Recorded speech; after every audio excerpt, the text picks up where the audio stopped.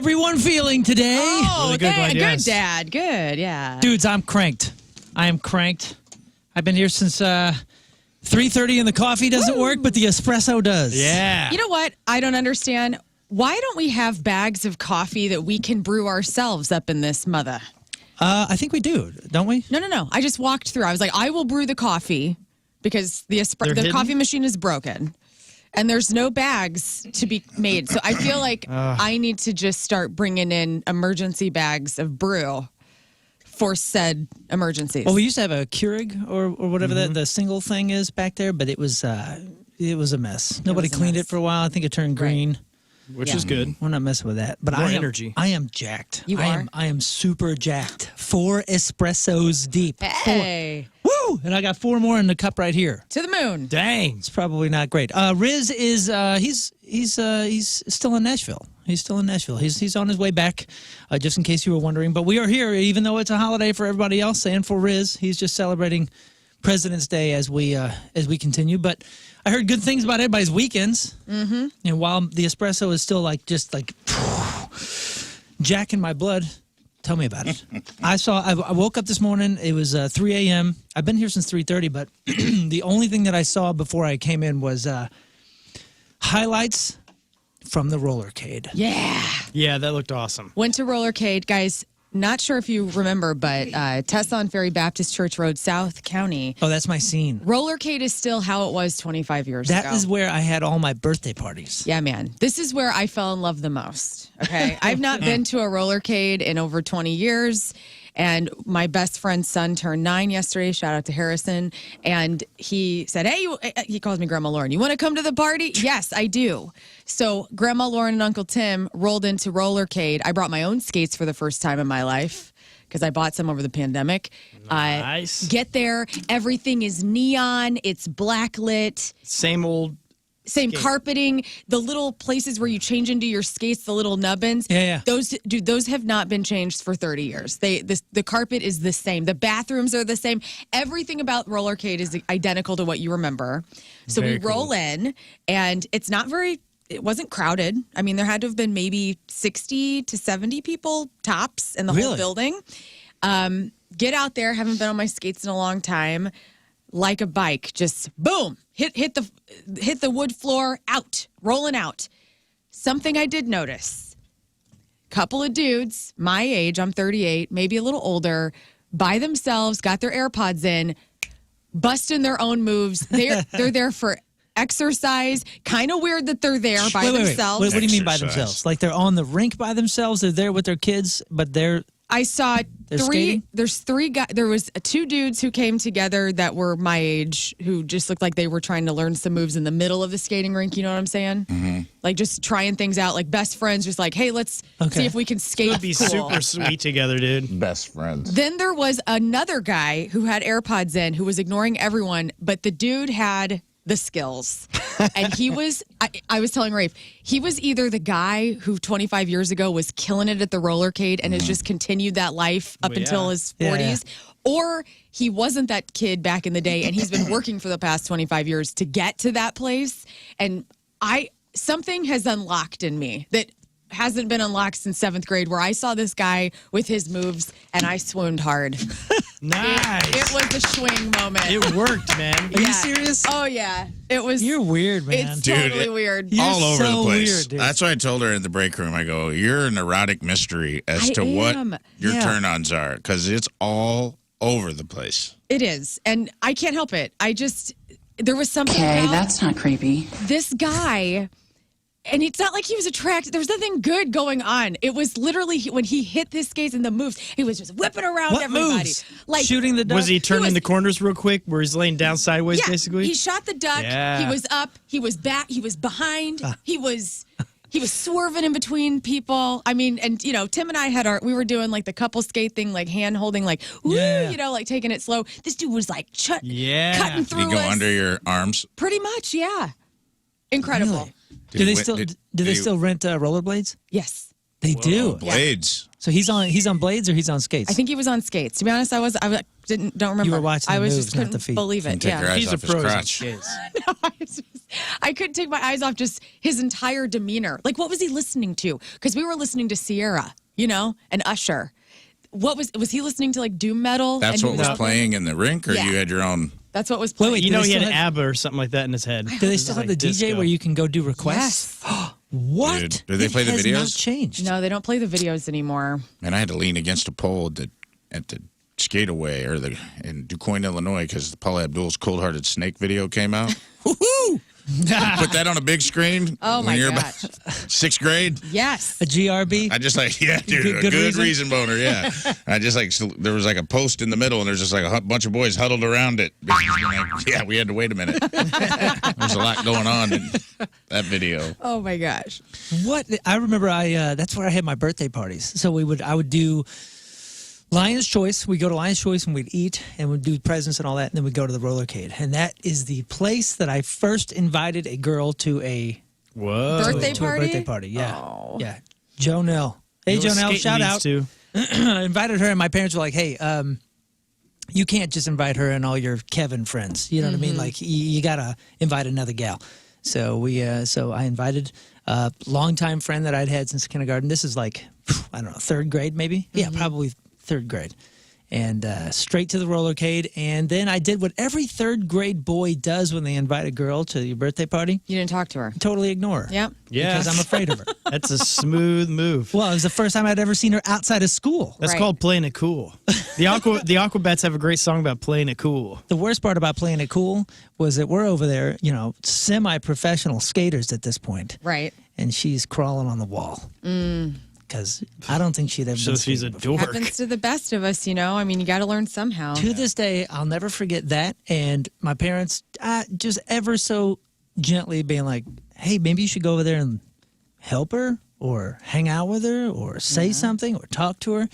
That and at Lion's Choice, the gift that she gave me was a Nerf javelin. What'd that look like? That's pretty sweet.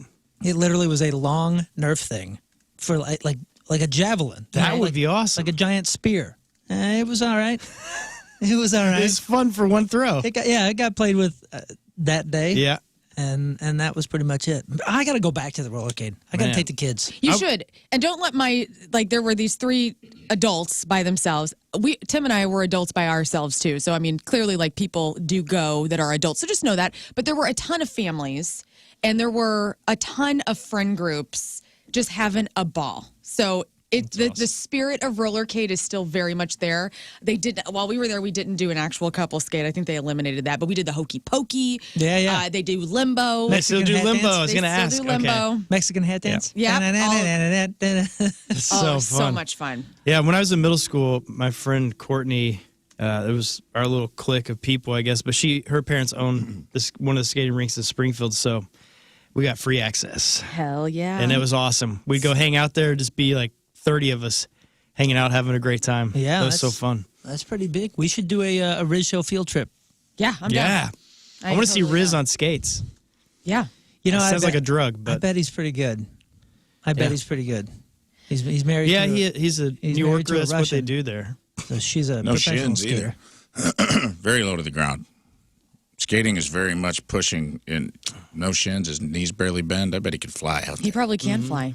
Well, one woman's Rollercade is another man's trip to Vegas, and I'm dying to know Yeah. what Rafe Williams did. Yeah, all dude. weekend. You Well, I'm had just a wondering wild- about these dudes at your Rollercade, though. Yeah. I'm Are not they- ready to drop that. Are they shit. there? Are they there because of the Super Bowl halftime show? Are they like, wait a second, I'm good at that, and it's coming back. I I need to had a sharpen up thought. the skills. I had a thought. So I'm on TikTok and I watch a lot of dance videos and stuff. And I remember when the pandemic started, everybody was listening to Weekend's Blinding Lights and Dreams by Fleetwood Mac, and they were roller skating outside because there was nothing else to do.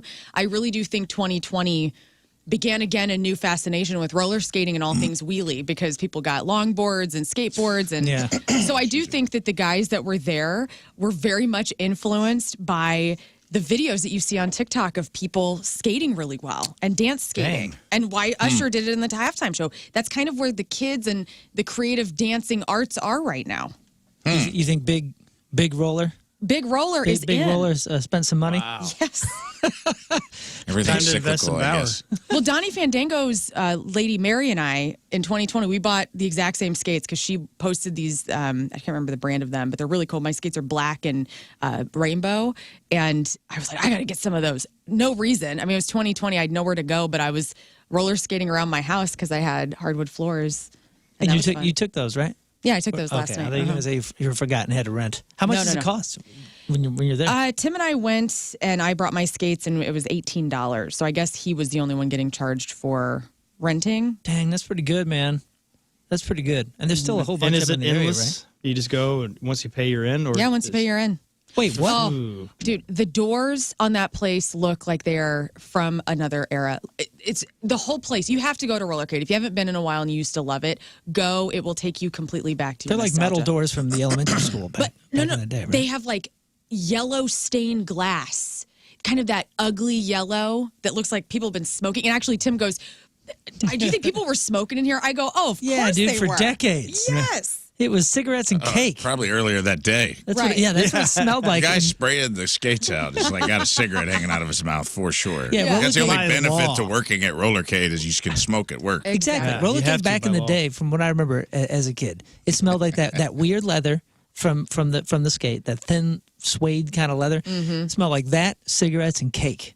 That's all I remember it smelling like. Yep. Because it was always birthday cake. Right when you walk in, there's the tables, and there's cake that was just open and cake that was maybe kind of stuck there from a week ago or so. The DJ is definitely smoking up in the DJ booth on the right. Yes. Right. Not really anymore. He was probly vaping. I mean, there was no smell of smoke. I just mean in 1988. Oh, yeah, 1988 yeah, for sure.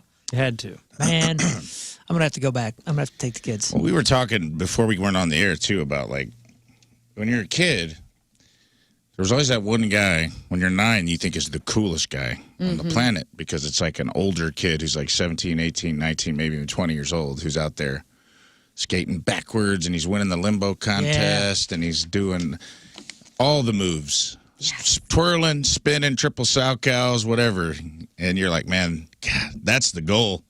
I want to be that guy. And then you're 11 and you're like, nope, that's not cool at all. Right. You get into something else. That's the opposite of cool. Why is that guy still here? But there's always like every town had one dude. I bet you know his name.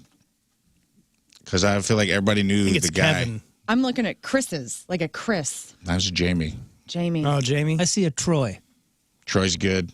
Troy Yeah. makes sense. Troy, yeah. Jamie had like a big poofy mullet. So it's like a And helmet. and like a safe. really wispy mustache, and he flew around Yeah, out there. and a shirt like this over like an REO flannel. Speedwagon shirt or something. So cute. Yeah, I kind of feel like he had on like a club shirt, sort of What do you mean a club like shirt? an early Like Doug and see-through Steve the mesh, Mutabi. Yeah. like a right. nylon mesh. But like a short sleeve. But something that shows the speed in which he is. Yeah, traveling. something that flaps, So- something a little silky. Yeah. Yes. Let me say this about the kids today, though, because Harrison, whose birthday it was, 9 years old, all of his friends showed up. They all have mullets. Everybody has. No, that's huge. Is that Everything's huge back, right dude. now? Yeah, dude, it's full on back. It was kind of. I go, whoa! Like it was unsettling for a minute. I go, wait a minute, what's happened? Yeah. They all have mullets. My son is super shaggy, and I'm always like, hey, man, why don't you trim up? And he's like, nah. Trimming his hair is uncool these days. Well, they had they do the different types, like all people skate, or now it's backwards skate or couples skate.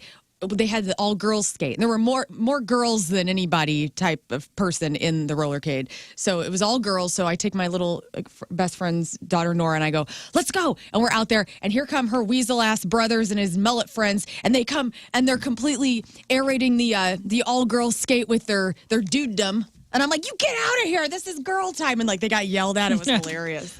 Ridiculous. That is awesome. So you Rebels. narked. I was a narc. So you're a narc. I'm standing up for my girls. Finally we get the rink to ourselves, and here these little mullets come running at us, and I was like, "You get out of here!" Man, I'm glad to hear there's 60 or 70 people there, though. Yeah, that's, it was That's cool. great. With all the things to do, you got trampoline parks, you got Yeah. pickleball, you got this, you got that. And You it's got open TV. skate Sundays, I think 4:30 to 6:30. No injuries. No injury. Oh, I did fall once. You did? I did fall, but I fell well. I know how to fall still. Oh, well. I'm Yeah, Lauren fell well. still so my name. surprised that you didn't go up to the 40-something-year-old guy and ask him what he was listening to. I wanted to so bad. I just felt like what happened to you? This is a very learned protocol here. He wanted you to. my investigative reporting couldn't get there. I was having so much fun that I was like, I'm not going to go and ruin his vibe.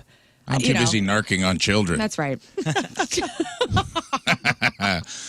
Well, I've told this story. I may have told this last year when before we were on the show together, but I went to a similar party. Greg Berner, shout out to Greg if you're listening out there, buddy.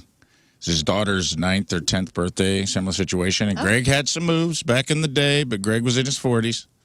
And Greg went too hard at his daughter's party, and he tried to, like, what do you call it when you lean, come around the corner? What you guys call it? I thought that was shooting the duck. Shoot the ducks when your foot's out, right? Yeah. So he But you're like all the way bent down? Mm-hmm. He tried to do that like speed skate, like lean hard around the corner where you're almost like getting at a 45-degree angle because he was going so fast and he lost it, dude. And he broke his hip. What? And bad.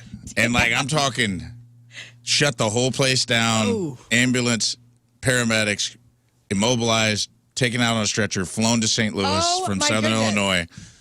Horrible. It's ruined his daughter's birthday party, dude. And it was so shocking. I mean, in hindsight, it's one of the funniest things in the world. In the moment, I was just like, oh, dude. Not only are you hurt, like really hurt, going to miss work, going to have to pay some major medical expenses, your daughter's birthday is over. Ruined. And your professional skating career is done. Exactly. And this is how you broke your hip. You have to explain to everyone, I broke my hip because I was skating too hard at my daughter's birthday party. Dude. Yeah, and dude, it was. I just remember it made me think of something about Mary when he gets taken out for the Frankenbeans. Like him just getting taken out on the stretcher was so humiliating. Because it's like all your friends are there with their kids. Right. So all the kids are watching. Daughter's crying. It's pandemonium. Did he do thumbs up and everyone start cheering? I don't remember, dude. Like football player. But you know he's okay. Dude, I got a story in news later about injuries from pickleball. That's what we did over the weekend. My son is so into pickleball now. So like he's like, you got to go, and everybody we know, Hewlett's into it. Everybody we know's talking about getting into it. So we've been doing it a time or two. And man, it was so fun. And I was talking to the security guy there, and he mentioned something about injuries. And I got a whole story about the common injuries that are happening. But what would be the injuries at roller skating? I'm assuming like broken wrists and hips, broken arms, ankles. But nobody went down while you were there except for yourself? I went down. I've been a lot of dislocations. Yeah, I bet so too. Concussions. Yep. Oh, yeah. People running into the walls. Tailbones. Nobody wearing helmets? One child was wearing a helmet. She looked really cute. Man, I don't know, man. I think I would be that dad. Well, you know what's funny? My friend Abby and her husband Matt, they're doctors, and they are very protective parents. Like, the kids always have helmets if they're on their bike or whatever. So I was surprised to see that they did not helmet these kids yesterday, which I was proud because I'm like, all right, they're letting the leash out a little bit. They're letting them fly. That's cool.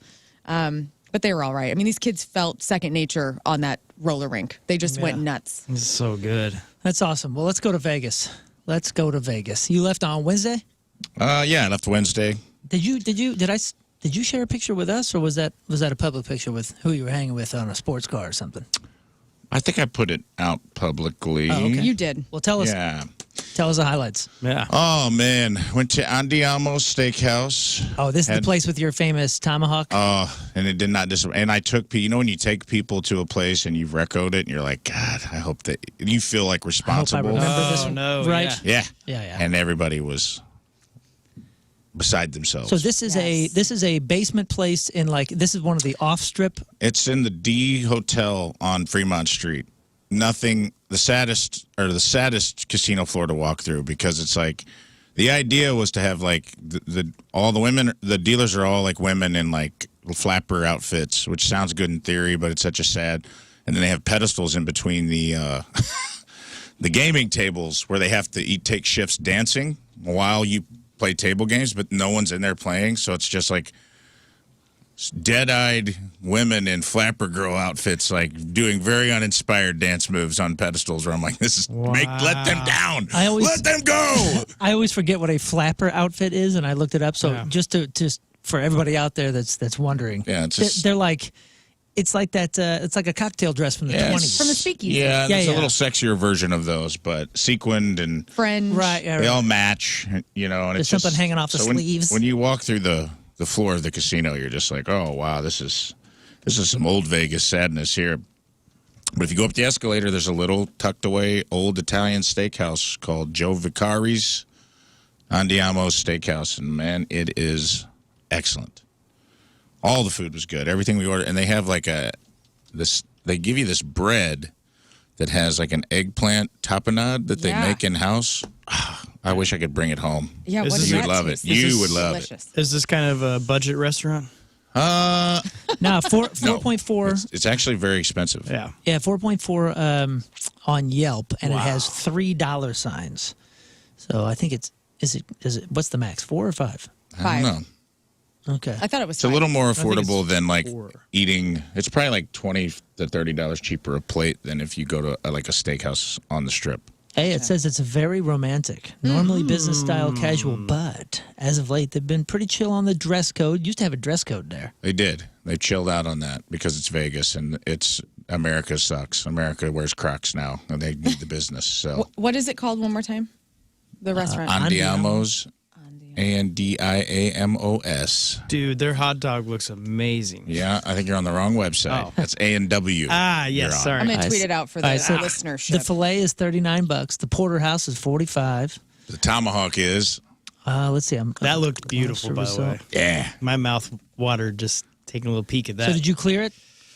I cleared it. I How many- shared it. how many I ounces shared you it said with. it was? I think it's 32, but it's bone in, so you know. Start with the bone and then And you I've learned finish. my lesson. I don't go too hard on the sides because I always think I'm going to eat, and then I'm like, I got all these sides to throw away. What did you get on the side? Sorry. We did family style, so we got I think some cream spinach. We got some. They have like cauliflower au gratin, and then what else did we have? It was good. Truffle whipped mashed potatoes. Dang. Everything's good. It's just a good experience, and it is kind of like it's very much a throwback to like 1950s Rat Pack. It's cool. If The I like inside, it's like all the booths are like kind of those semicircle booths, and they got curtains to pull if you want to pull the curtains. It's Nice. very cool. That's where you can do all your business. Yeah, it's very old school. Yeah. I loved it. So everybody liked it? Everybody 5 out of 5? Everybody 5 out of 5'd it. Then we hung out for a night, and then we went to breakfast at a place called Peppermill, which I loved. It looked like someone said yes to every cocaine-fueled idea you've ever come up with, and I dig places like that where I'm like, everybody got zooted out and just started building this place. What in the world It's is like this? the waiting area was just like hearts and fireplaces and mirrors and old Stevie Nicks videos playing, and I was like, yeah, this is dope. Old Bonnie Tyler. It looked cool. Yeah. It was cool. Everything's And then we down. had breakfast with the Queen of Las Vegas, Jenna Jameson, which I told Rizz I would try to wait till Tuesday to give the full account, but I will say she was very nice. Her and her wife had breakfast with us, and it was really interesting because she is literally the Queen of Las Vegas. She was born there, went to high school there, and they came in a secret entrance. Oh. What? Wow. Everybody knows them. Like this- the workers all know her. Everybody knows Jenna Jameson. At She this- is the at Queen this- of Las Vegas. At this Peppermill place? Yeah, and she's like, they parked in a special parking lot. I'm like, she's like, oh yeah, pretty much everywhere I go, like this, I come in the back way. Get out Like of here. she's That's got the great. old Ray Liotta entrance through the That's kitchen. the key to the city. Yeah, that's the real That's key to the rad. The city. key to the dude. back door of every restaurant. That is the key. Yeah, to it's pretty the cool. city. She did not come in the front door. She came through she was escorted in the back way. So. How Good appropriate. for her. Man. Deserves it. And people were pretty respectful, for the most part. So it was cool. And we had breakfast and some interesting conversations. And then we all took pictures in front of a Toyota Camry. I saw that. Who's Camry? Her wife. wife, because we were all laughing at how committed Tina and I were to being a Toyota family. And her wife was just like us, like talking about, like she drives a Rolls Royce SUV. She's like, it's the only thing I'm bougie about is my car. And she's like, I married this Hoosier who like thinks she got a tricked out Camry because she Right. thinks it's cool. She got it like all mag wheeled out. It was pretty cool. It was a cool Camry. So it was kind of funny. And That's great. her wife is a social media Yeah, her wife's really cool. I love how she calls everybody Pumpkin. Hey, Pumpkin. Like they met on TikTok, right? I think so. So Jenna Jameson started following, I can't remember her wife's name, but started following her and really enjoyed her energy and then like connected with her on TikTok. And I love her energy a lot. She's just good people. Seems like she doesn't take any crap. Let's see. Her wife's name is Jessie Lawless. Yep, Jessie Lawless. That is correct. Lucy's sister. What does she? What does she do on TikTok? She's kind of old school, like survival. I mean, Get a out lot of of it here. is What? kind of like she's sponsored by like what's that monthly survival kit? Boy's Life. No, I feel like you would have a subscription to this. It's like a box that comes that has knives and like flints Yeah, and right, like right. Oh, okay. I know what you're talking about. survival gear. Right. It's like a survival box you get monthly. Shoot, what is that called? I don't have that, but I know what you're talking about. You know what I'm talking Yeah, about. yeah. There's a though. couple All of right. them. That's So awesome. yeah, she was cool. She was very. She's from Alabama. She was very down home. You know, stuck out like a sore thumb in Vegas, Very cool. but like owned it. She owned the fact that she was like Alabama fish out of gal. water. Yeah. In a pimped out Toyota. She yeah. We does had pep talks. Like actually, Monique love her. She like does motivational pep talks on Sweet. TikTok. Yeah, that's my vibe. I love it. This Peppermill place, by the way, very famous in a lot of music videos. First of all, Comedians in Cars Getting Coffee with Jerry Seinfeld and George Wallace was filmed there. Adam Lambert did a video there. Carlos Santana, Feeling It Coming Back music video was there. And Avenged Sevenfold, Bat Country. That's probably where you recognize it. Nice. Neato. The Bat Country music video. It was cool. So yeah, Vegas was fun, and then we drove to LA and did shows in the Ontario Improv in LA. Had fun there, and then yesterday I got to hang with the one and only legend Mike O'Hearn, who may be better known as Titan Yes. from the original American Gladiators, and the only one that kept himself in shape enough to be in the new version of the American. He was in both versions of the American Gladiator, the only Gladiator to be in both. Wow. Dude looks awesome. He's ripped out of his mind, dude. Big Guys, he oiled up with some kind of shimmer, body shimmer, had glitter on it. What do he smell like? Dude, Do you smell okay? Not as good as you want him to. Damn it. Sorry. look at this picture. For 6'3", 251, let's see, Mike O'Hearn, known as Titan. The dude looks like if you took a Ken doll and just boosted it full of muscles. Yeah. Yeah. You take what's Zach from Saved by the Bell Yeah, and turn him into a muscles. Kindle. Yes, yes. It's Zach as a Kindle. Was he really on romance novel covers? Yeah. Like he's the model on Yes. your grandma's romance Dude, novel. his house is exactly what you would think Zoolander's house would be like. Yes. It was like, it's just pictures of him everywhere. Why not? It was awesome. If you look at his smile, it doesn't matter what picture he's in. He looks like one of those guys that sleeps smiling. Yeah. Like Yeah. this. Get out of it. He lays down and goes, ha. I look at did you ask him about like whenever he gets up in the morning, is it like Christian Bale in American Psycho, like that regimen, like he gets up, Yeah. like the steam room, he works Yeah, out, yeah. he tans. Talks to himself. He had a I wear gym. aftershave, alcohol free, because it doesn't dry out the skin. Yeah.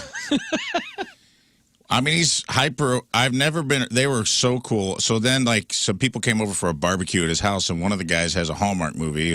He's good, super good looking, and it turns out the dude, his name is Jesse Cove, and his dad is Martin Cove, who you may know as Moon, Ah, the bad guy dojo instructor from Karate Kid.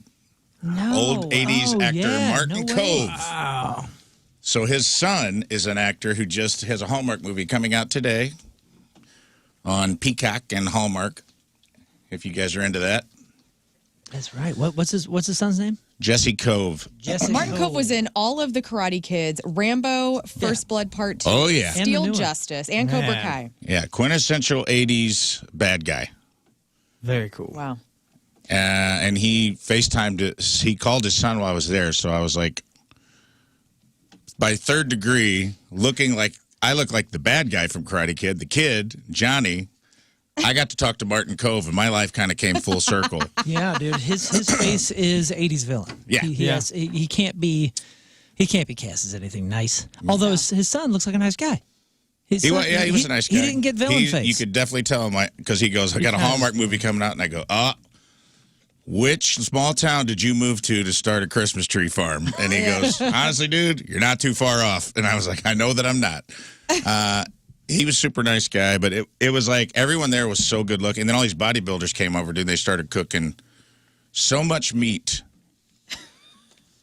It was insane, dude. They were just like, there was a guy there that like, he's called me chef. This guy just looked like he was like 5'3", but like 280 pounds of solid muscle.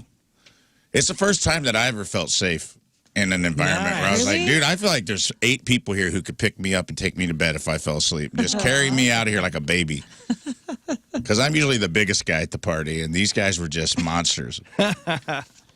That's awesome. And he has cooked the guy cooking had cooked burgers for 4 presidents.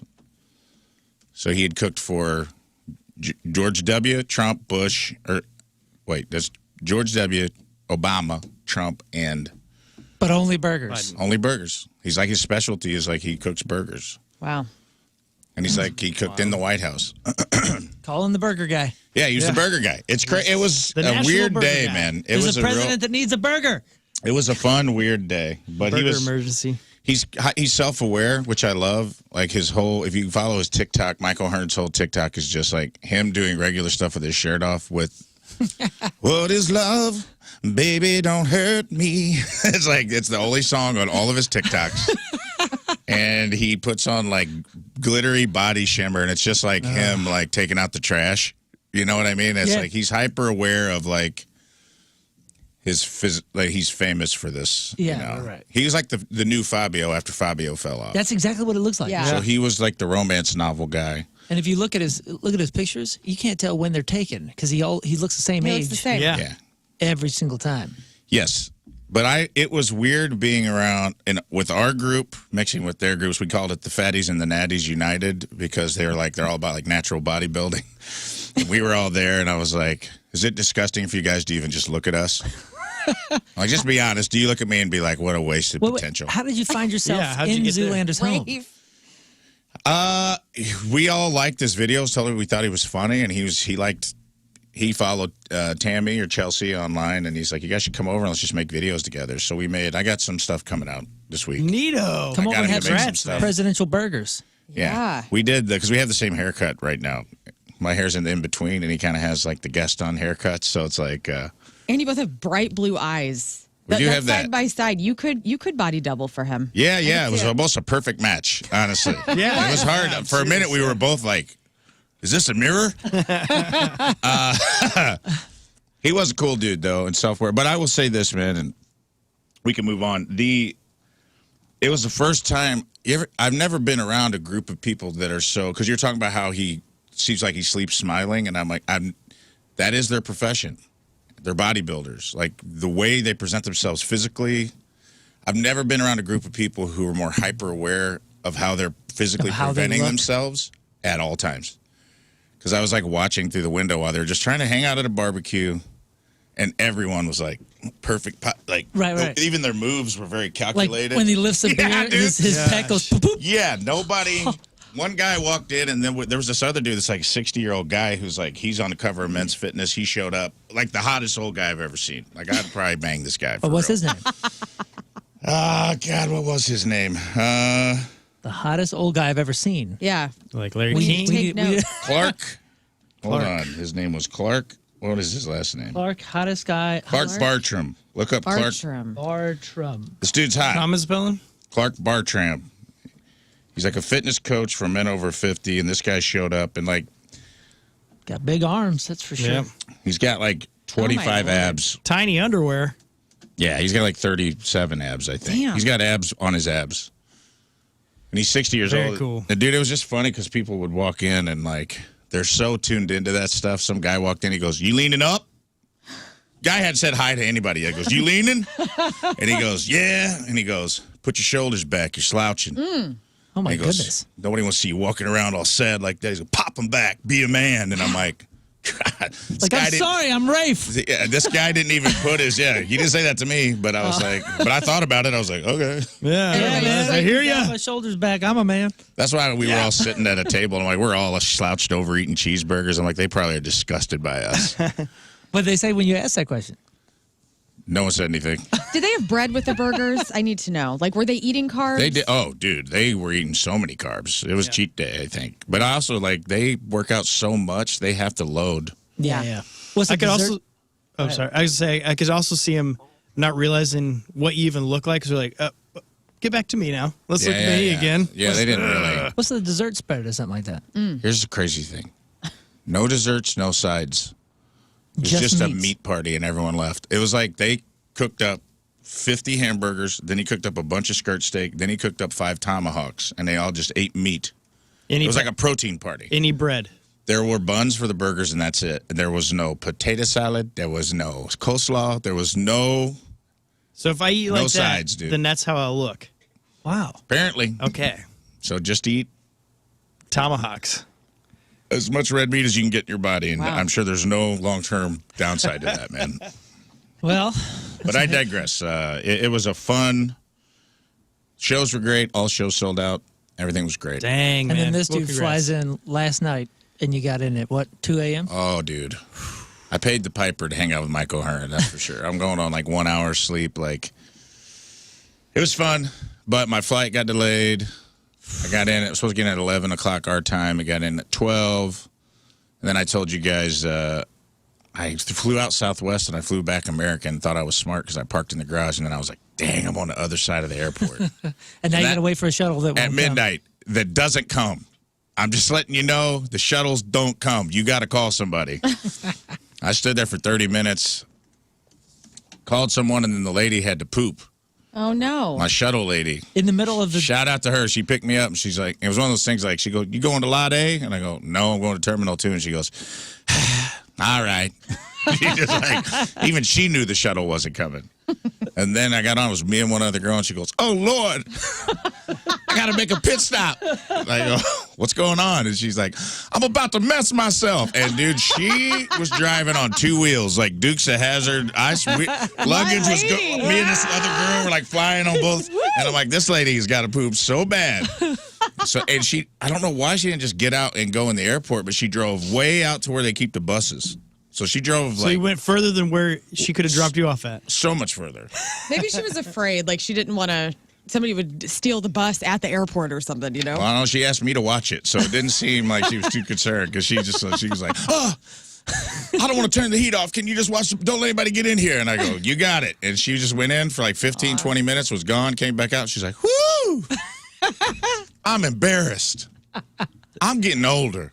And that just came out of nowhere. And I go, lady, you couldn't have had a better passenger for this. 20 minutes? If anyone understands, So what the other lady it was think? a while.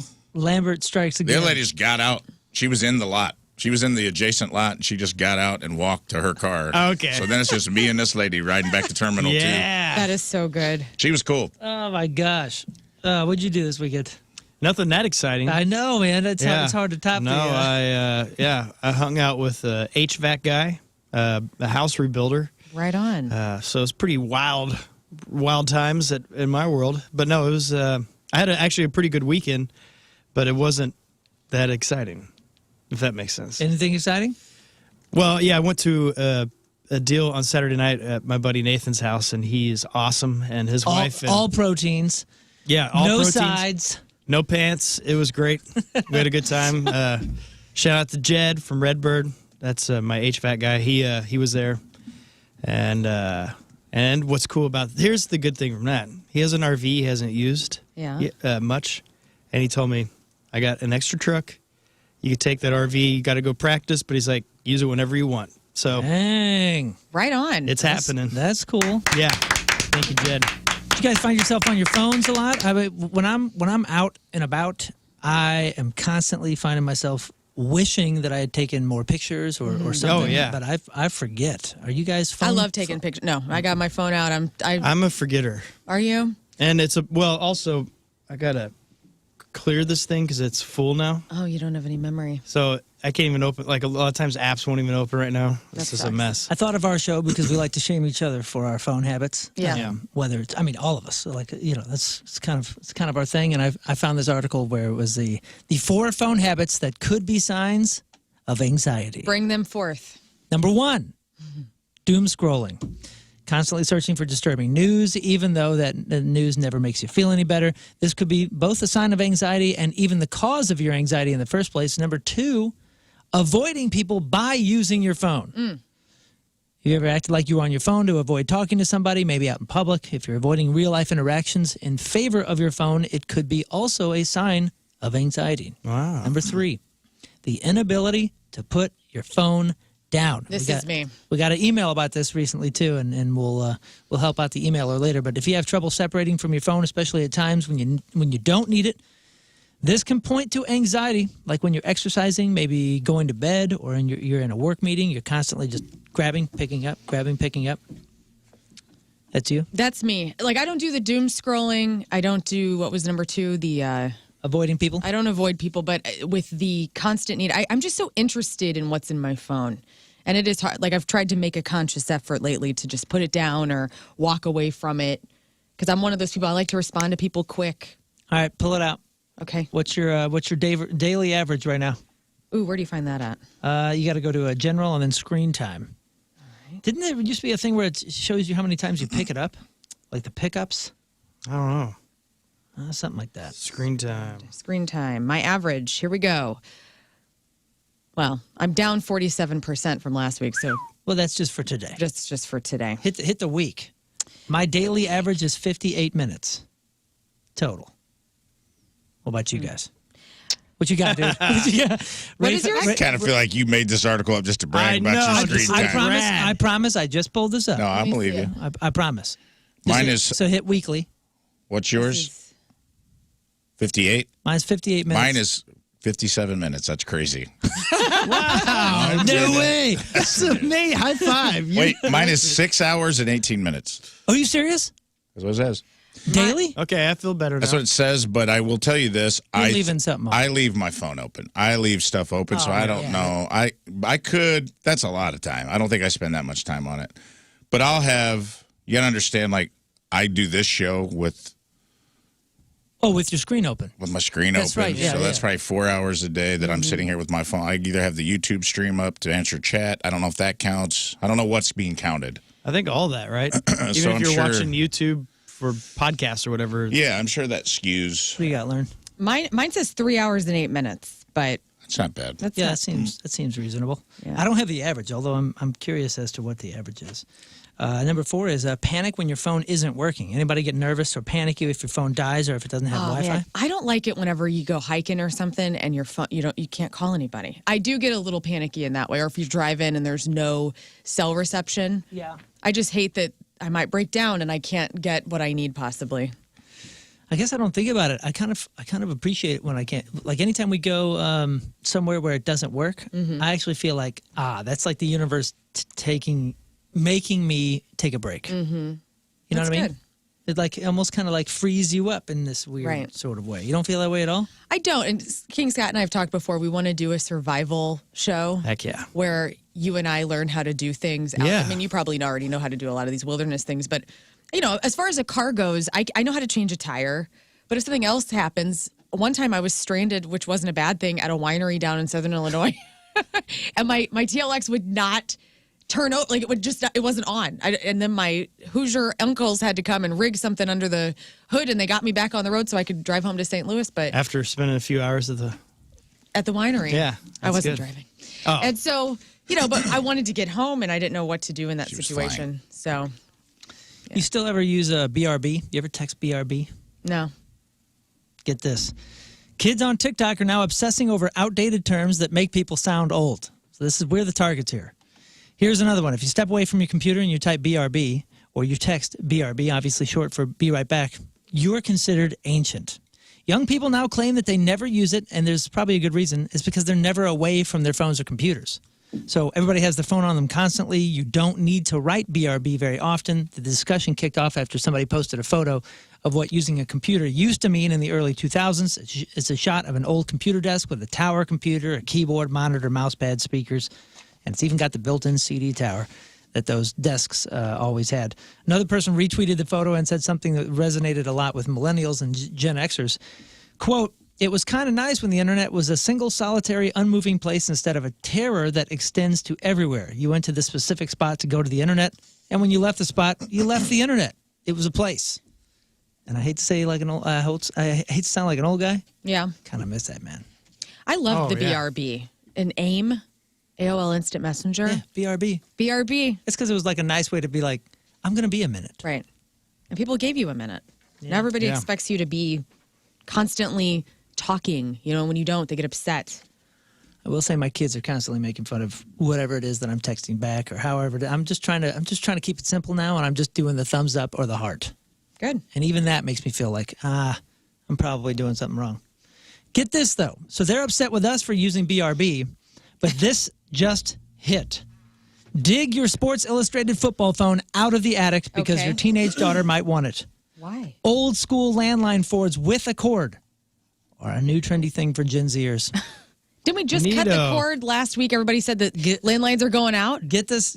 Retro stuff from the 90s and early 2000s is huge right now in general. It also includes flip phones and original iPads.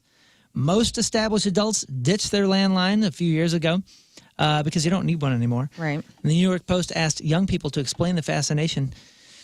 Corded phones, obviously, a lot less convenient, obviously, but one girl called them cute and romantic, says she loves to talk and twirl the little cord. It makes her feel like she's on Sex and the City. Yeah, I get that. Wow. Apparently, the character Carrie used to have a cordless phone on the show and was always twirling the cord. Well, she had that, but then she also had the cordless phone, which she would walk. You know, Carrie Bradshaw had both phones at her house, and there was the itty bittiest little apartment. She did not need two phones. Now they're saying that the same girl was trying to secure a answering machine, but she could not remember the name of it and called it a voicemail machine. And said that her and her friends like the thrill of not knowing who's calling because it doesn't have caller ID. Right on. If you still have a Garfield phone, remember the Garfield phones? Yes. That is listed right now for over $200 on eBay. Damn. I have a Mickey Mouse one, so you're saying they sell that bad boy. This is the time. What about the hamburger phone? Retiring that thing. Remember that thing? What's a hamburger phone? Hamburger phone. And in the movie Juno, she has one too. But I remember the hamburger phone. I think it was a McDonald's phone, honestly, that they had in the 80s and 90s. And it was a flip phone that it was Oh my gosh, that's awesome. It is awesome. And so you open up the burger patty and you're talking on a patty. You can dial on the lettuce or Dude, whatever. does it smell like one? That'd be great. Wait, this is is that USB? Oh, is there one for USB? I don't know. I think There were several they're of making those. a few of these now. This is ridiculous. Like, what would you call them? Novelty phones? Yeah. I remember the football helmet. The one. lips? Oh, I wanted the lips so Oh, bad. yeah. I had the light up phone. Mine was blue, neon blue, and it was clear so you could see the light and all the wiring in it. Dude, it was so cool. And then I had my mom was cool and she didn't want to deal with my friends, so I had my own phone line in the 90s, which was a whole nother level of elitism. And I had an answering machine. And I think I've talked about it before on the show that I used to record No Doubt spider webs because she says like, sorry, I'm not home right now. I'm walking through the spider web. That was my voicemail message that I thought was so cool. Dude, did you guys ever get caught on the voice? I almost said voice machine on the answer machine. Like, okay, so remember when it would ring, and if Pick the up answer and it machine would record pick you? up, and then you pick up while it's doing it, Yes. and you forget that it's recording. Yes. Phew, boy, I tell you what, Don't you say anything. My parents learned a lot about my first girlfriend relationship because, Oops. man, whoops. Picked it up while the answer machine was going, and the whole conversation. We must have had a fancy one because if that happened, you pick up, it turns off. Oh, we didn't have that. But my dad, he worked for the phone company, so he always had the latest, greatest tech with that. Fancy. Yeah. You know what's fun about having friends that have kids now? I'm just thinking of my friend yesterday. They got their son an Apple Watch, and so now he can call like 5 people on his Apple Watch. Oh, yeah. And so he called me. I was one of his first calls. I didn't know the number when it came through, but having friends with kids, this is like a second wind of prank calls, random phone, because the kids want to talk. They think it's so cool to be able to call anyone. Yeah. And so once they get that first flip phone or, Apple Watch or whatever they're getting, and they have the ability to call whomever they'd like, Dude, it's exciting. I have some nieces and some of the younger ones. It's hilarious. They'll call and they're just excited. They'll steal their mom's phone to call, and then you're like, "Hey, what's going down?" Right. You just hear the, and you're like, "What are you doing?" What are you And doing? they just won't say any words or anything, and it's like, "Bye," you hang up. Dude, I'll tell you what. Every time I'm talking on my watch, it only happens if my phone is ringing. I'm wearing the thing and I can't get to my phone. Yeah. If like I'm working on something. The little kid in me is just like, dude, my dreams came true. Because this was Dick Tracy stuff. I know. Remember that? Like, incredible. Oh, yeah. That's what my dad was showing me when I was like 5 or 6, and like, oh my gosh, it'd be so cool if you could talk to your friends through your wristwatch. Yep. That's so crazy. So how angry would you be if this happened? This was the story that is making its rounds this morning. On a scale of 1 to I'm calling my lawyer. In January of last year, a guy in D.C. named John Cheeks, awesome name by the way, John Cheeks, bought a Powerball ticket. He checked the winning numbers online a day after the drawing. Matched. The jackpot, $340 million. Wow. This dude did everything right. Everything you're supposed to. He took a photo of the ticket. He only told one other person about it. And then he went to cash it in and was told that he actually didn't win anything. Washington, D.C.'s official lottery site posted the wrong numbers. Instead of matching all 5 in the Powerball, he matched none of them. He's in the news now because he's suing Powerball and the D.C. Lottery, says that they listed the wrong numbers for 3 days, and he wants them to pay up. Wow. Is it just because he won, they accidentally messed up those days? That sounds like a casino move. Dude, you hit the jackpot, but our machine's broken, so you don't get it. Dude, I called my boss at home and told him to stick it where the ramifications of it. He just has to really trump up what happened. He's just be like, dude, I burned some bridges thinking I had money coming. Yeah. What if he did? You got to give me something. Can you imagine? So his lawyer says that something similar happened last year with the Iowa lottery reporting bad numbers, and people who cashed in before that error got fixed were paid out, but no one hit the jackpot. It was like $400 to $200. Okay. It's weird they're generous then. This dude's not even, or at least it doesn't sound like he's even expecting the full $340 million, but something. Right. Does he have a case, or should he shrug it off and move on? He does have a case. Yeah, he has a big case. 3 days. I mean, That's how the are we official supposed to website. know? Right. What you put out there is what you drew. That's what we're all supposed to expect. And I mean, yeah, it sucks that they had an error. Do they have gotta video fix it. footage of their I'm sure they do. draw? Okay. I would say no, he does not. As much as I would like for him to have a case, I would say he's probably screwed, and that sucks. Well, if it's anything else, I guess, other than casinos, Unless you'd can probably get some money, but this is part of that world, so they don't help you. Well, I would just imagine there's still that old Powerball drawing where they do it live, and there's like a lady, you know. Okay. There's somebody in the room. There's got to be some sort of like, I don't know what you would call it, but like oversight. Oversight. It was posted for 3 days. Yeah, posted it on a website, numbers. a social media error. I don't know if you can, if they have video of the numbers being drawn, and he matched none of them. It's not like he was a number off. None, but on the... So somebody just posted wild numbers. On the incorrectly posted, like he hit the jackpot. The jackpot that John thought he won eventually grew to over $750 million, and then somebody in Washington State won it. Here's some audio from it. Said, hey, this ticket is no good. Just throw it in the trash can.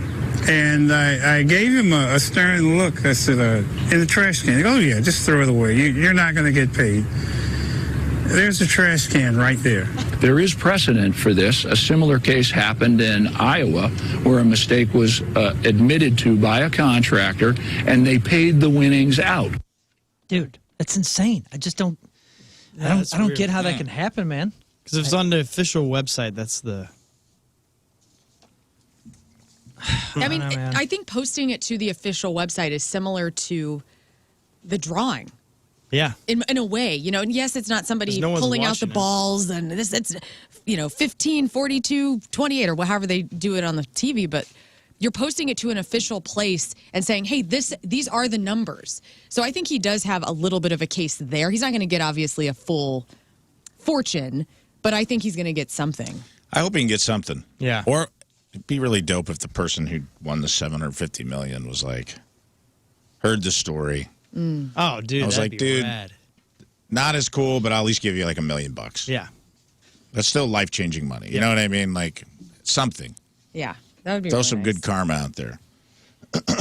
Dude, I found an article. I can't find it right now. That would be really hard not to swing on somebody. Dude, I know. If they said that to And me. like you said... If I thought I had $350 million and they were that flippant about, like, throw it in the trash. You know what you should do with that ticket? Wad it up in a ball.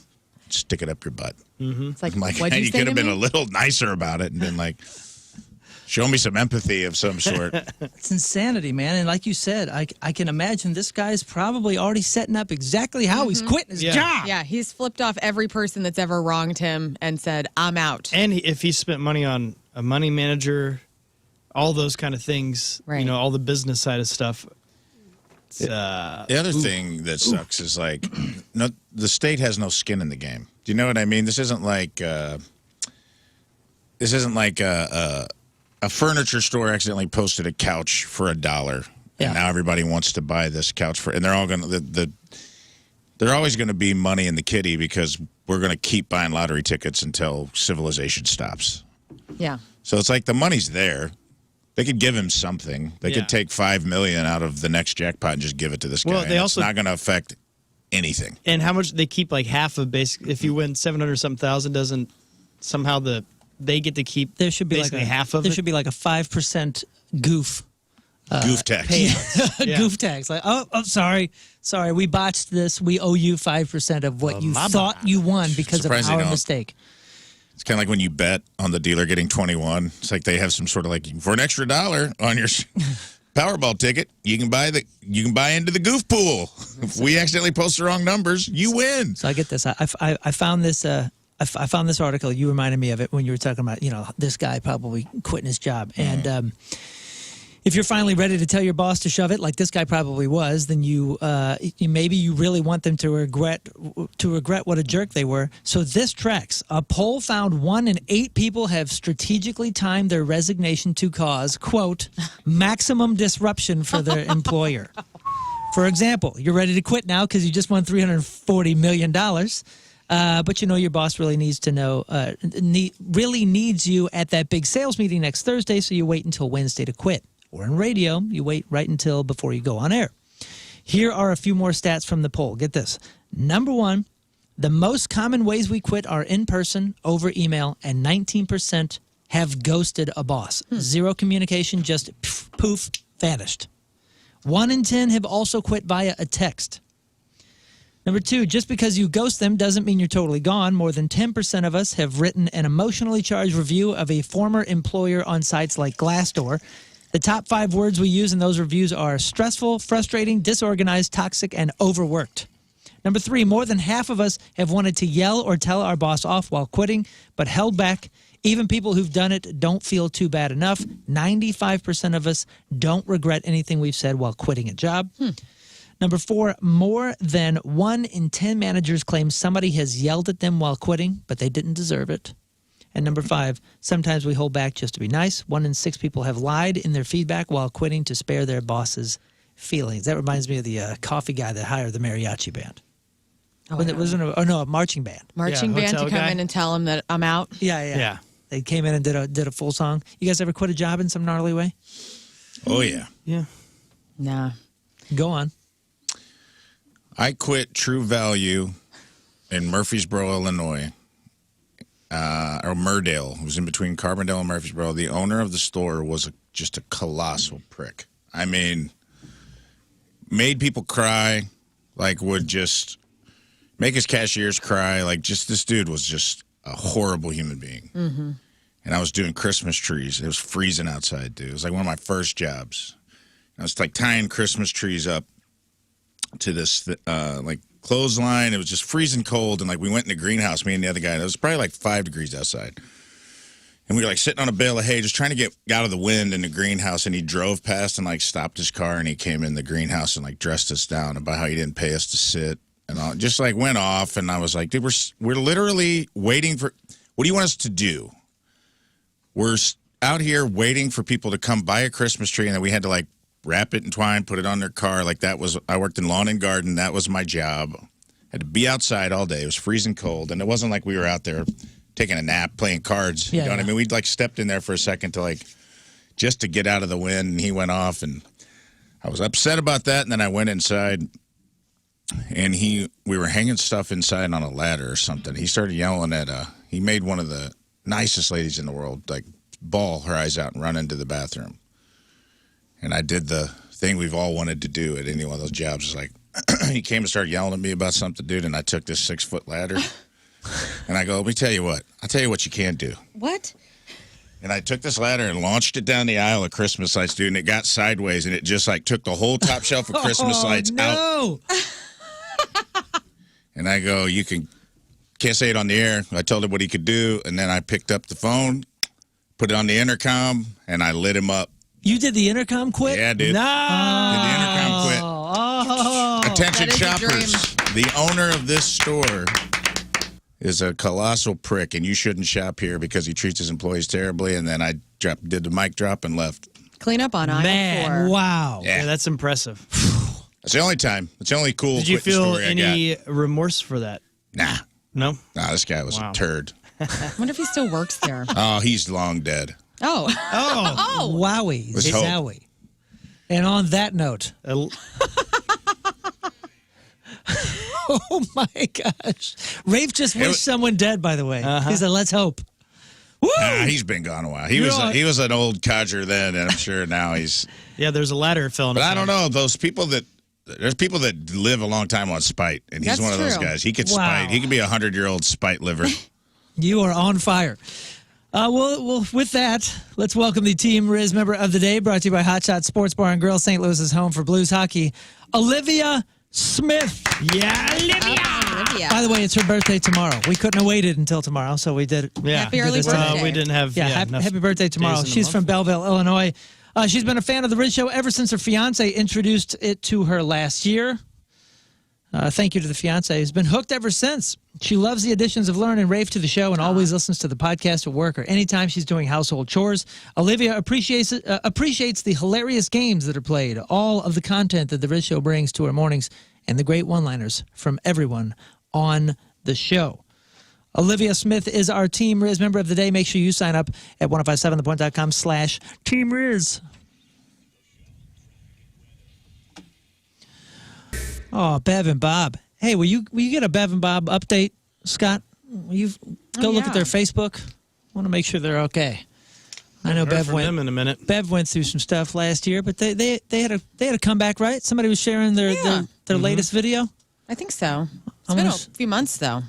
Has it? You checked in on them lately? No, somebody sent us an email or something about an update with them last year, and I want to get them in. I'd like to meet them or have them play Point Fest or maybe Heck yeah. a Rizz Show event. I think that would go over really well for What's everybody. their Bev and Bob's Tea Garden? Is that the one? I don't think. No, I don't think let's so. see here. How'd you guys even come across?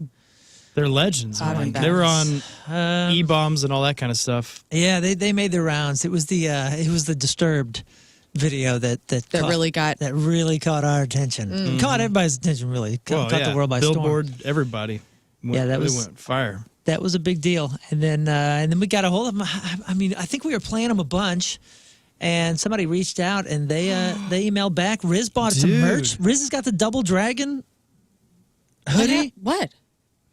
Don't Let the Old Man In. It's a Toby Keith cover they just dropped 7 days ago. Oh, wow. In honor of the late Yeah. Toby Keith. Man, they have Get It On as well as a T-Rex cover fairly recently. Bang a gong. Man, they know what I they're don't know. doing. They know what they're doing. Yeah. These guys are on it, man. Good for And them. I think it's Vegas in the background. Well, they Rafe will like that one. they are celebrities. Yeah. Speaking of. Lern, what do you got? Well, Crap On is brought to you by Bright House Plumbing. Call the best. Flush the rest. BrightHouseCo.com. 636-600-0188. The family of Beach Boys legend Brian Wilson has filed for a conservatorship, revealing he is unable to care for himself after suffering from dementia. This is really sad. He's 81 years old. However, the family, when we hear conservatorship, I know I can't say it very well. When we hear that, we automatically go to the more prominent ones that we've heard about, obviously Britney Spears, and we think, oh my gosh, they're not going to be able to do anything anymore. Brian Wilson's family promises that the 81-year-old will remain free to do whatever he would like to do. Their statement added, Brian and the children living at home will be taken care of and remain in the home where they are cared for by a wonderful team at the house who have been put in place for many years to help take care of the family. And Wilson's wife since 1995, Melinda, She says, she's been able to help the musician retain control of himself amid a series of health issues, some caused even by his past addiction battles. So they do have his best life in mind, and hopefully he can live out the remainder of his days being well cared for. Most people are hearing the it's a trap. Yeah. They're like, sure, they're going to let him still be in control. Right. Well, and I hope they do. I mean, it sounds like that's what they are putting out forward. They know how people judge this type of thing. But also, this man has dementia, and he's 81. Yeah, I think this is more common than you think. It probably is. But because he's a big name, and those words have been in the media recently for the Britney stuff and all that. People judge a little harshly. People get defensive. We now know another reason why Alex Van Halen has been so quiet since the death of his brother Eddie in 2020. Alex has been busy writing his autobiography titled Brothers. It's going to be 384 pages, published by HarperCollins and out on October 22nd. No other real details were available when published. This will be the third memoir by a member of Van Halen, following David Lee Roth's Crazy from the Heat in '97 and Sammy's Red, My Uncensored Life in Rock from 2011. I look forward to this, Alex Van Halen's first memoir. And he has been really quiet since Eddie's death. Obviously, David Lee Roth has been very outspoken. Wolfie's been very outspoken. Sammy's been very outspoken. Alex has always been quiet, though, hasn't he? Yeah, but I think we've wanted to know what's going on. He hasn't said anything about doing a tribute to his brother. All of the drama with David Lee Roth and Sammy, he's been quiet. Even with his nephew, I think Wolfgang Van Halen is very outspoken, and he'll throw stones at anybody who's coming at him about anything. Alex has been really reserved and I think really quiet with his grief. And so this book is probably going to be phenomenal. You going to read it? I will. Did you read the other two? I have not read the other two, no. Do you read a lot of memoirs by rock musicians? No. I'm not. I don't know. It doesn't make any sense. I understand. I don't like most music docs and all those. Like I don't know why. I don't handle them very well. Interesting. Does it get you anxious when you get back on the road or something? I don't know. I steer clear. The one that I did read, it's been probably 10 years now, was U2 by U2. That book is incredible. Was it great? Yeah. Is that where they hide like little pictures of themselves? You have to find them on a big map. That's Where's Bono? Dude. It just the way that it read was like in the style I wanted. Sometimes I just feel like they're, I don't know, man. They're weird, like promo machines. And I know everybody told me The Dirt was incredible, and I did read parts of that, and that was. Nikki Sixx does some great books, and The Dirt gets the most press, but his other book, This Is Gonna Hurt, changed my life. Really? It's a book about his photography, and he walks you through being a person who struggled with addiction and just the darkness side of him, and it's a great book. And it's beautiful. It's all of his photos in it that he's taken out on tour, not of just the band, but of people he met and their stories. And then now that one interests me. Okay. I'll check that out. But yeah, I know I'm missing out on some just because I kind of steer clear of them. I think it's kind of an ethnography thing. You've lived the rock star life. I haven't. I've never gone on tour with a band or anything like that. And so for me, I think that's why I am so interested to know the behind the scenes. I mean, you've lived it, so that's probably why you don't find it as interesting as somebody who maybe hasn't. Snoop Dogg's brother, Bing Worthington, who worked with Snoop for a number of years, has died at the age of 44. The cause of death hasn't been given yet, but on Friday, Snoop paid tribute to his brother on Instagram with a series of posts and pictures.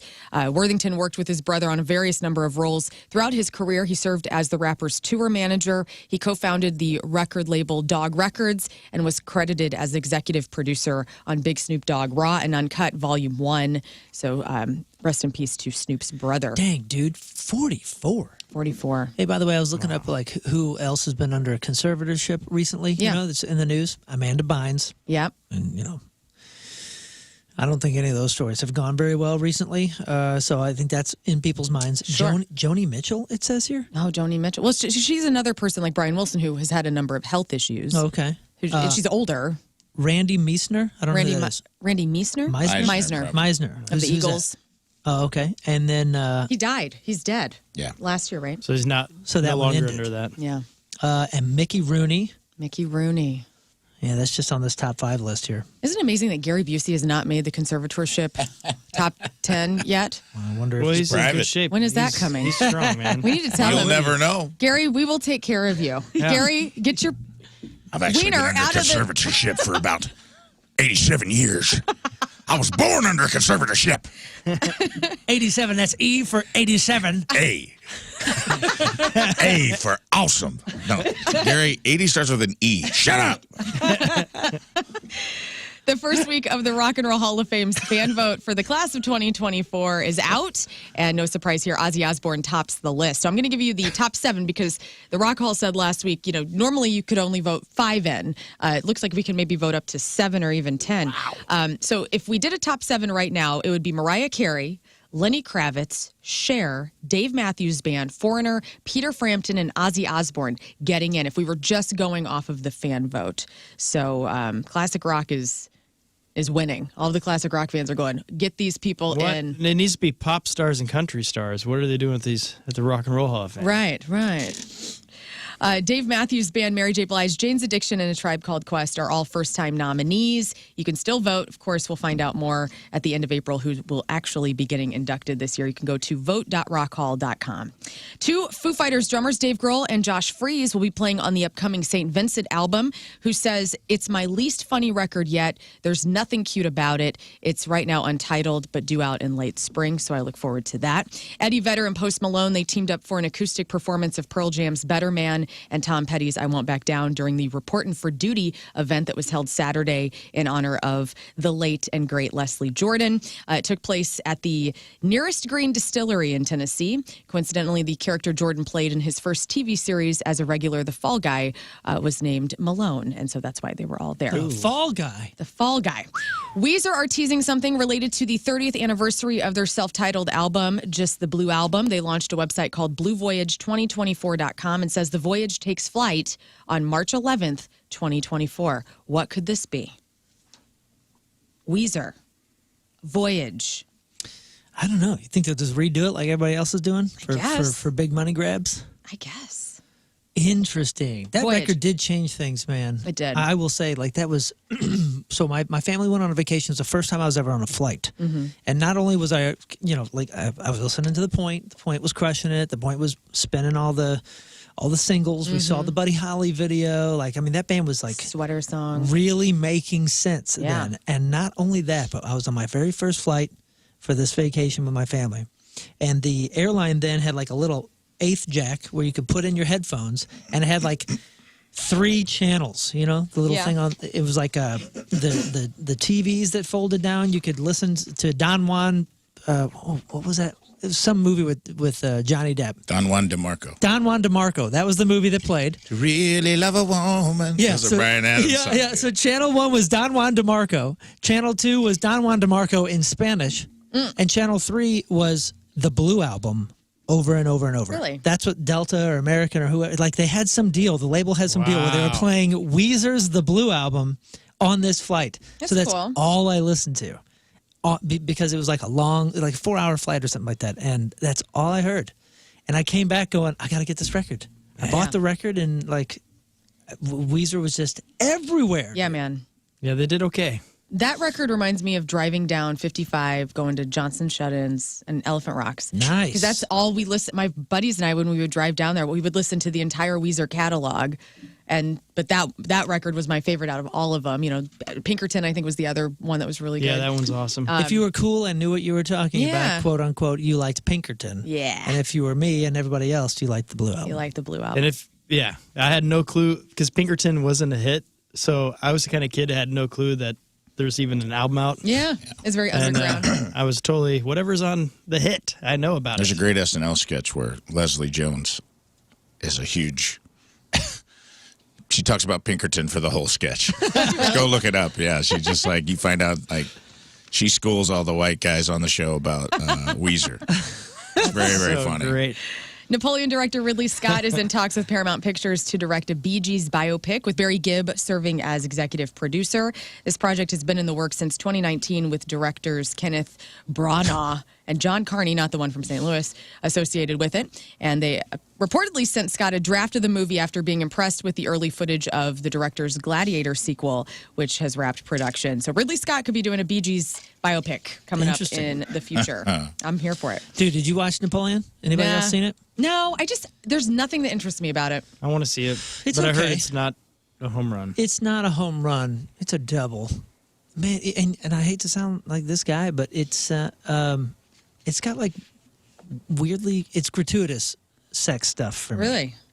And I just don't get why we need that right now. I forget who came out and said that. Some celebrities came out and said that they think all the sex scenes are unnecessary, and I totally agree with them. I think like, but how do you understand what they're doing? That's exactly what I'm saying. Like we know We're not exactly very how smart. this works. They have to show us what is happening. Yeah, we know how this works. I don't need to see it 3 times in Napoleon. Really? Way to go, Napoleon. Puts a bone in Bonaparte, am I right? Come on. Wow. The little guy's He got says some that, too. moves. Zachary Ty Bryan, we know him from Home Improvement. I believe he was Zach on. His name was Zach, and his name is Zach. He was arrested for a suspected DUI in La Quinta, California. The actor was booked early Saturday morning, charged with a felony for driving under the influence of alcohol and/or drugs, in addition to a misdemeanor contempt of court. And so he was booked, released on $50,000 bail, and his next court date is April 23rd. Haven't heard Zachary Ty Bryan in a long time. I do. It's like every 6 months because he gets in the news for something like this. Yeah, it's unfortunate, man. He's had. Bummer. I feel like he can't get it together. Yeah. No. He had a really good short film come out that Really? part of a short film festival that I think he directed, and it was really, really good. Won a bunch of awards, and I'm like, he finally got it together. Yeah. And then this happened. I think like other things. Too. I guarantee this. He got like a domestic charge also. Yeah, I bet he turns it around now. He has to. Hopefully. He still looks good. He still looks healthy. You know what he looks like? He looks like he's about to star on a biopic about Dave Coulier. Really? Looks Yeah, like Dave you're Coulier? right. Doesn't he look like a young Dave Coulier? Yeah. I mean, the guy is can see kind of it. like The Atlantis days, right? He Yeah. does have Dave Coulier face. I can see it. The People's Choice Awards were last night, in case you didn't watch, because of course you didn't. You're too cool for award shows. Barbie was a big winner with Movie of the Year, Comedy of the Year, and acting honors given to Margot Robbie and Ryan Gosling. Other winners included Ice Spice, Beyonce, Jennifer Aniston, and Pedro Pascal. Adam Sandler also received a People's Icon Award. Let's hear from Adam Sandler and his acceptance. I thought he said, congratulations, Adam. You won the People magazine Sexiest Man Alive. So, anyways,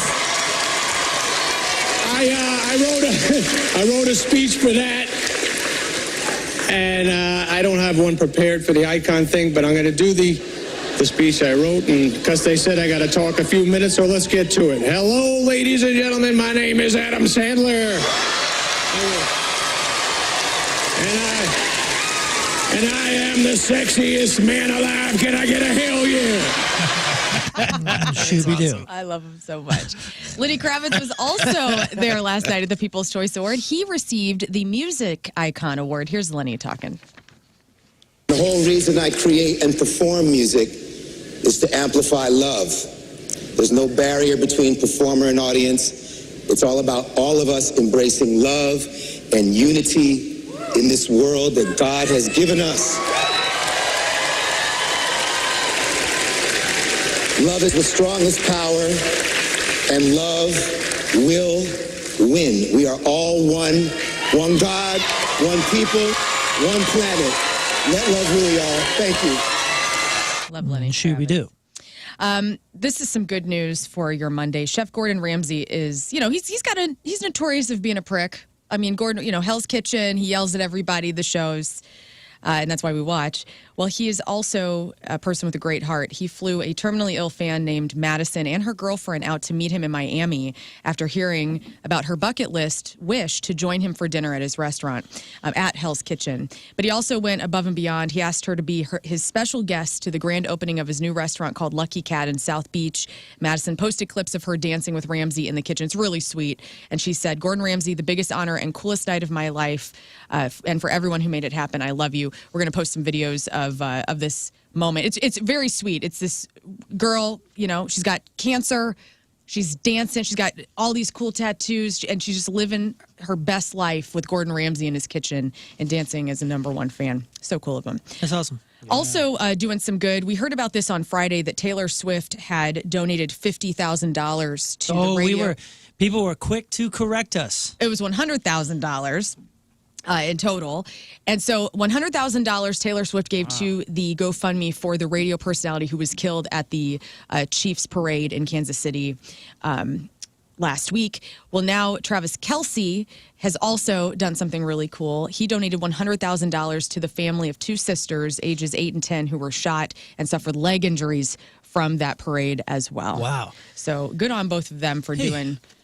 I saw on the news today because a lot of people were talking over the weekend and last week. They were super upset about Missouri or law enforcement or whoever hiding the identities of the people, and there was a lot of talk and rumors about that. They're hiding the identities, not hiding it. It's because they're juveniles. Right, they can't. Yeah, it's like there's law protections for juveniles as far as their identity goes. So that's just put that out throw there. that out there. That was mostly in culture.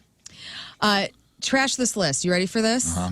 Okay, so the highest grossing comedy films of each year in the 90s, so 1990 through 1999. I have a list of, and you don't have to get, I have the years, but think about the comedies from the 90s specifically and what you think the highest grossing movies of those years would have been. Man, I bet you these are surprises. Just per year or the whole decade? It's per year. So I have Can you give us a year and a actor or a director? I will. Just a hint or something? So I'm going to start with 99. So 1999, this was one of Michael Myers' biggest movies. Shrek. Austin Powers. It was Austin Powers, The Spy Who Shagged Me. $312 million is what it grossed. Yeah, he did good. He did good. They had a budget of $33 million. Yeah, and next to that, you got Office Space coming out and making $340,000. Yeah. Wow. Yeah, Office Space didn't make the list. But probably quoted more now. Great than movie. Austin Powers. 1998. This is one of Ben Stiller's biggest movies. Something About Mary. Something About Mary. They had a budget for $23 million to make their Something About Mary in 1998. It grossed $369 million. Holy They cow. recouped. I just said it. Liar, Liar from 1997, Jim Carrey's movie. They had $45 million to create that, and it grossed $302 million. Jeez. In 1996, one of Eddie Murphy's bigger roles, literally. The Nutty Professor? The Nutty Professor. They had $54 million to make that movie. It grossed $274 million in 1996. I remember a lot of money spent on that. Oh, yeah, just the costuming Advertisement. alone. I think most of the money was on ads for that. That's what I mean. I just remember it being I was inundated with ads about that. And the special effects, because you remember, because you see him get big. Yeah. And that was the first time that sort of special effect really was perfected for the 90s. Well, I never saw it. I just remember the Hercules. Everybody talks Yeah, about Weird Al had it in that video, Fat. Oh, yeah. And that's kind of one of the first big ones there. Does that movie, Yeah, but they didn't. does it hold up? There was CGI of him actual transforming. Yeah, it's good. I mean, he brought back. I feel like Mike Myers and Eddie Murphy kind of brought back the. We're gonna play multiple characters in the same movie. Yeah. And then that kind of went away. Was that Rooney that used to do that? Way back in the day? I don't know. Yeah. What about this? 1995, Jim Carrey, another huge Ace Ventura. year. Ace Ventura When Nature Calls. This was the sequel. Oh, yeah. They had $30 million to make the sequel, and it grossed $212 million. One of my favorite movies from 1994, Arnold, Jamie Lee Curtis. True Lies? True Lies. That's a comedy? I think it's a comedy. It's definitely a parody of I a guess spy so. movie, I think. It's like an action comedy. Yeah. Because Okay. Tom Arnold's character is pure comedic gold. I mean, he's All not right, an yeah. action star in that movie. He's there just for the comedy. I mean, obviously, Arnold is. Isn't Bill Paxton in that too? Yeah, he plays he's like the a car used salesman. car salesman. Yeah. Peed my pants or something like that, right? Then you take him out to. I got a little D or whatever he says. Yeah, that's it. They had $100 million to make True Lies because of remember all the airplanes Yeah, and the they had to get up helicopter? on the building and all the special effects for that and all the bombing. $100 million budget. They grossed $370 million Jeez. when it was all said and done. Again, 1994. Which That's is crazy. crazy amount of money. Sleepless in Seattle came in at number 1993. Sleepless my in gosh. Seattle. Yeah, Sleepless in Seattle. Right. Tom Hanks. That was a year, dude. That was Groundhog True. Day. Right. Got it. Got it. It's true or false? You guys didn't know that. It's true. $228 million I missed it. is what they Darn what it, I was they thinking had, false. grossed. They had $50 million as a budget. This movie from 1992, Whoopi Goldberg. Ghost. No. Sister House Sister Act. They had $31 million to make Sister Act in 1992. $231 million. By the way, we just watched that with Oh, the happy nieces. day. It holds up, man. That's Does a it? great film. Yeah. I used to love it. It's It awesome. really does. The soundtrack's so good. 1991. Wayne's maybe World. One of the biggest movies of all time. We watch it every year, even to this day. National Lampoon. No. I'm going to say the kid's name, and you're going to get it. Home Alone 2. Home Alone 1. They had $18 million to make Home Alone, and it grossed $477 million Oh my gosh. in 1991. That's that was a fun list, but man, it's harder to hear these lists and not be able to argue about it. I know. I'm sorry. I know. I wanted a calm, peaceful list today. And then finally, 1990. Biggest role of her life, Julia Roberts. Pretty Woman. Pretty cool. Pretty cool, Pretty Woman. $14 million is what they had as a budget. $463 million is what that movie has grossed. Dude, I'm looking up Groundhog Day. So 93, Groundhog Day production budget was $14.5 million. And they worldwide box office for that year was 71 million. Yeah, so Sleepless in Seattle, 228. Crushed it. Wow. Crushed it. Crushed it. Wow. Wild. Nice work. Millie Bobby Brown is 20 and only 11 on Stranger Things. Interesting. Yeah. Victoria Justice is 31. That's Janet and Fox's Rocky Horror remake. And let's see here. Haley Duff is 39. That's Hillary's big sister. You might know her from Sandy on The Seventh Heaven or as Summer, the stuck-up girl who lost to Pedro for president, and Napoleon Dynamite. Benicio the Toro is 57, and he is a Spanish-Puerto Rican hybrid. He plays DJ Codebreaker in Star Wars The Last Jedi and the Collector in Guardians of the Galaxy and Avengers Infinity War. Justine Bateman is 58, and you'll know her as Jason Bateman's sister. Seal is 61. His ex-wife, Heidi Klum, she's worth a whole bunch of money, so congrats to him. I love Heidi Klum. Yeah, he's awesome. Or she is too. Jeff Daniels is 69, and he, is from Dumb and Dumber, and one of the legends of all time there. And Paul Dean is 78, Loverboy, songwriter, guitarist, Lern's favorite. And their biggest hits include Working for the Weekend, Turn Me Loose, Hot Girls in Love, and the Top Gun power ballad, Heaven in Your Eyeballs. Yep. Smokey Robinson is 84, Rock and Roll Hall of Famer. His classic hits with the Miracles include You've Really Got a Hold of Me, I Second That Emotion, The Tracks of My Tears, and The Tears of a Clown when he squeaks his horn. Today's Porno Birthday, which is brought to you by Patricia's, where fun and fantasy meet. Sunset Thomas. Today's birthday girl has been in 234 fine films, including Anal Ski Vacation, Backing In, 4, Bone Therapy, Debbie Does Dallas, again. Wow. Lust and Lies, The Sopranos, 5 and 6, and who could forget her unforgettable role in 1992's Muffy the Vampire Layer?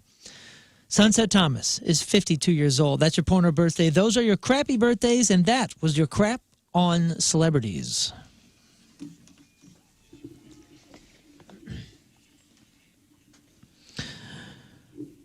All right, you know what? What? Let's do a game. Okay. Let's do 3 and 5. We have a whole bunch of stuff to give away. We got sold out tickets for Rizz Show Live coming up next Saturday, March 2nd at the pageant. We have lawn tickets for Point Fest to give away. We got some Greta Van Fleet tickets for their show coming up at Chaffetz, and we have a pair of tickets to Alanis Morissette with Joan Jett and the Blackhearts coming up July 23rd at Hollywood Casino Amphitheater. Call now, 314-624-3833. We will play 3 and 5, and I promised you, this is a difficult week again. We had a good, difficult week last week, but we gave away some tickets. So it's not too hard. It's doable, and the judges will be firm. Better get those what's in theaters now, everybody. Don't give any hints. They'll still miss it. They'll still miss it, They'll still miss it. 314-624-3833 or 618-398-3833. Right now it is 7:46.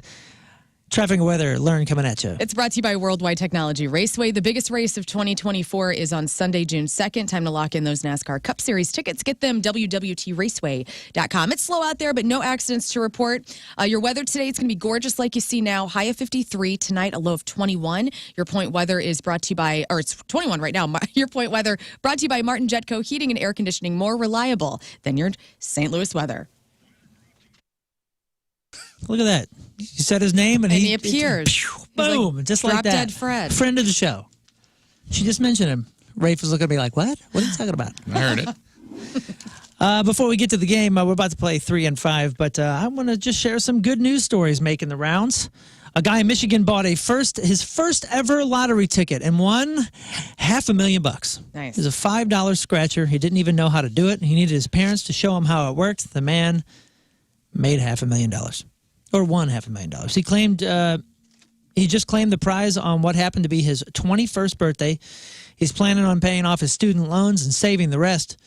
Check this out. A 4-year-old kid left his favorite stuffed animal at a Holiday Inn Express in Virginia. Employees went the extra mile to make sure he got it back. But first, they did a photo shoot and posed it in different spots in the gym, front desk, doing everything. Now, check this out. People are praising a school bus driver in Kentucky named Larry Farish for being an outstanding human. This dude found out that a 6-year-old boy on the bus was sad. Because he didn't have pajamas to wear for pajama day at school. Aww. So Larry drops everybody off at school, rushes over to a store, buys some PJs for him, and brings it back to the school for him. How cool is that? I got a little bit of audio here, too. I want to give Larry his due. Here's Larry talking about it. I asked him, I was like, what's going on? What happened? And he simply looked up and said, I don't have pajamas. And I said, well, this morning you were crying. And I felt it. So I want your day to be a little bit better. And I asked him, I said, would you try the pajamas on when you get to class and have a great day? A lot of times we're the first person after their parents leave that they see, and we're the last person they see before they go home. So we can make a big difference in a child's life just by saying good morning. That he's kind and that his heart is filled with joy. Oh. Isn't that cool? That's really cool. Dude, Way to go, Larry. Yeah, way to go, Larry. I was a school bus driver before the band thing took off. And, dude, I will say probably one of the hardest jobs I've ever had and one of the most rewarding, and it's because of that. Like, you realize, so in the bus driving world, let me just bring you into my world a little bit. Okay? Bring us on the bus. Okay, it's a seniority thing. So when you're the new driver, you're 21 and you look like, or 20 years old, and you look like Otto from The Simpsons, which is exactly what I look like. I have this weird long fro with blonde tips. It's a seniority thing. So where do they put you? They put you on the BD bus. That's behavioral disorder. Okay. Which basically means everybody that's been kicked off of their bus for beating up other kids is now on one bus. And we're going to give it to the new guy. Yeah. Baptize you with fire. Yeah, it was wild. But I'll say, like, the thing that really turned it around for me is realizing I really am the first face that they're seeing besides a parent. And sometimes they're not even seeing a parent. And if you set the tone for their day, you'll notice it at the end of the day.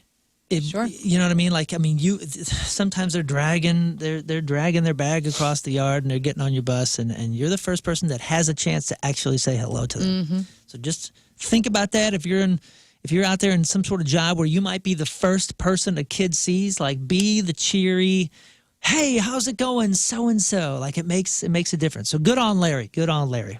I love Larry. I love Larry as well. Scott, you ready? You ready to play this game? We got callers? Come on in. Let's give away some tickets. He's looking at you.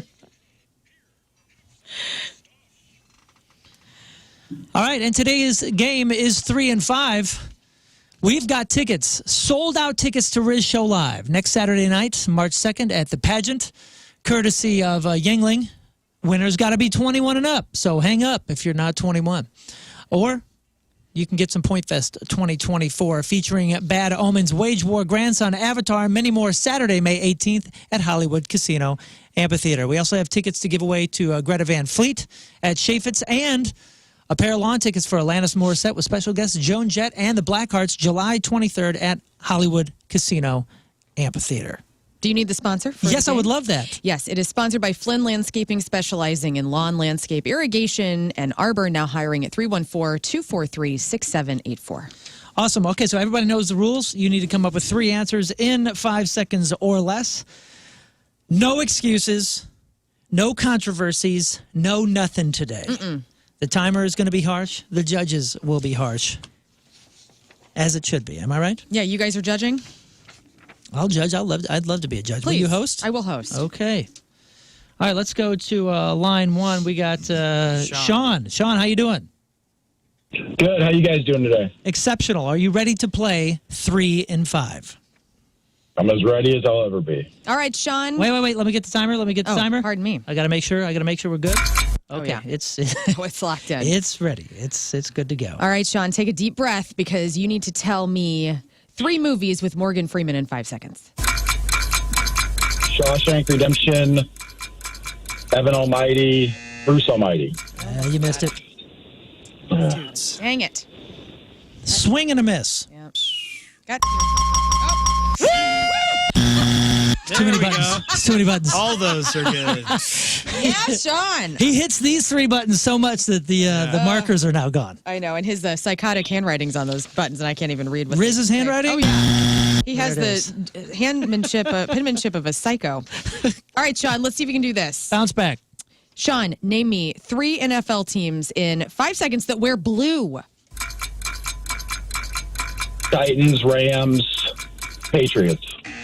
Done. Nice. Okay. It's pretty close. worried Just under there. the buzzer.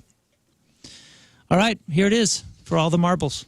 All right, Sean, in 5 seconds, I need you to tell me 3 different kinds of insects. Cockroaches, ants, beetles. Done. All right. Can't Way to believe go, you got Sean. those. Sean, what tickets do you want? Rizz Show Live, baby. All right, sweet. We will see you at Rizz Show Live coming up Saturday, March 2nd at the pageant. Tickets are sold out, so you can pretty much only win them here. Hang on, Sean. All right, let's go to John. This is John in Belleville. John, how are you? Howdy, kids. Hi, kids. All right, are you ready? Yes, sir. All right, John, in 5 seconds, I need you to tell me languages other than English. 3 of them. German, Chinese, French. Chinese is Mandarin, isn't it? I don't think there's a will Chinese accept. language. I You think don't it's think Mandarin. so? I think there's 2. There's Cantonese and Mandarin, but But is it Chinese? Hang on, let me. judge, second judge.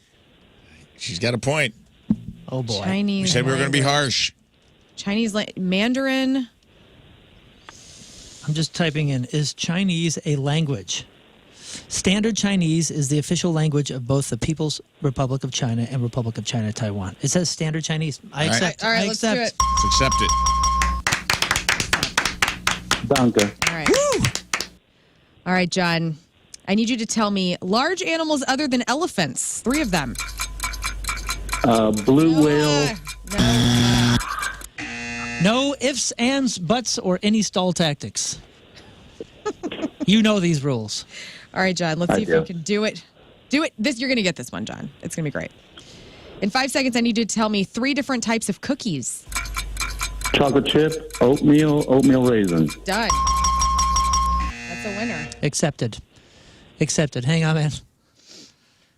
All right. I was in descending order of good also. Yeah, I thought. You don't like an oatmeal raisin?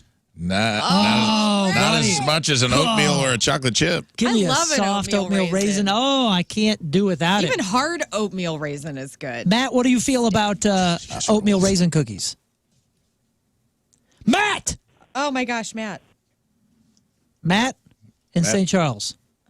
So disgusted by oatmeal raisin that he hung up the phone. Goodbye, Matt. Goodbye, Matt.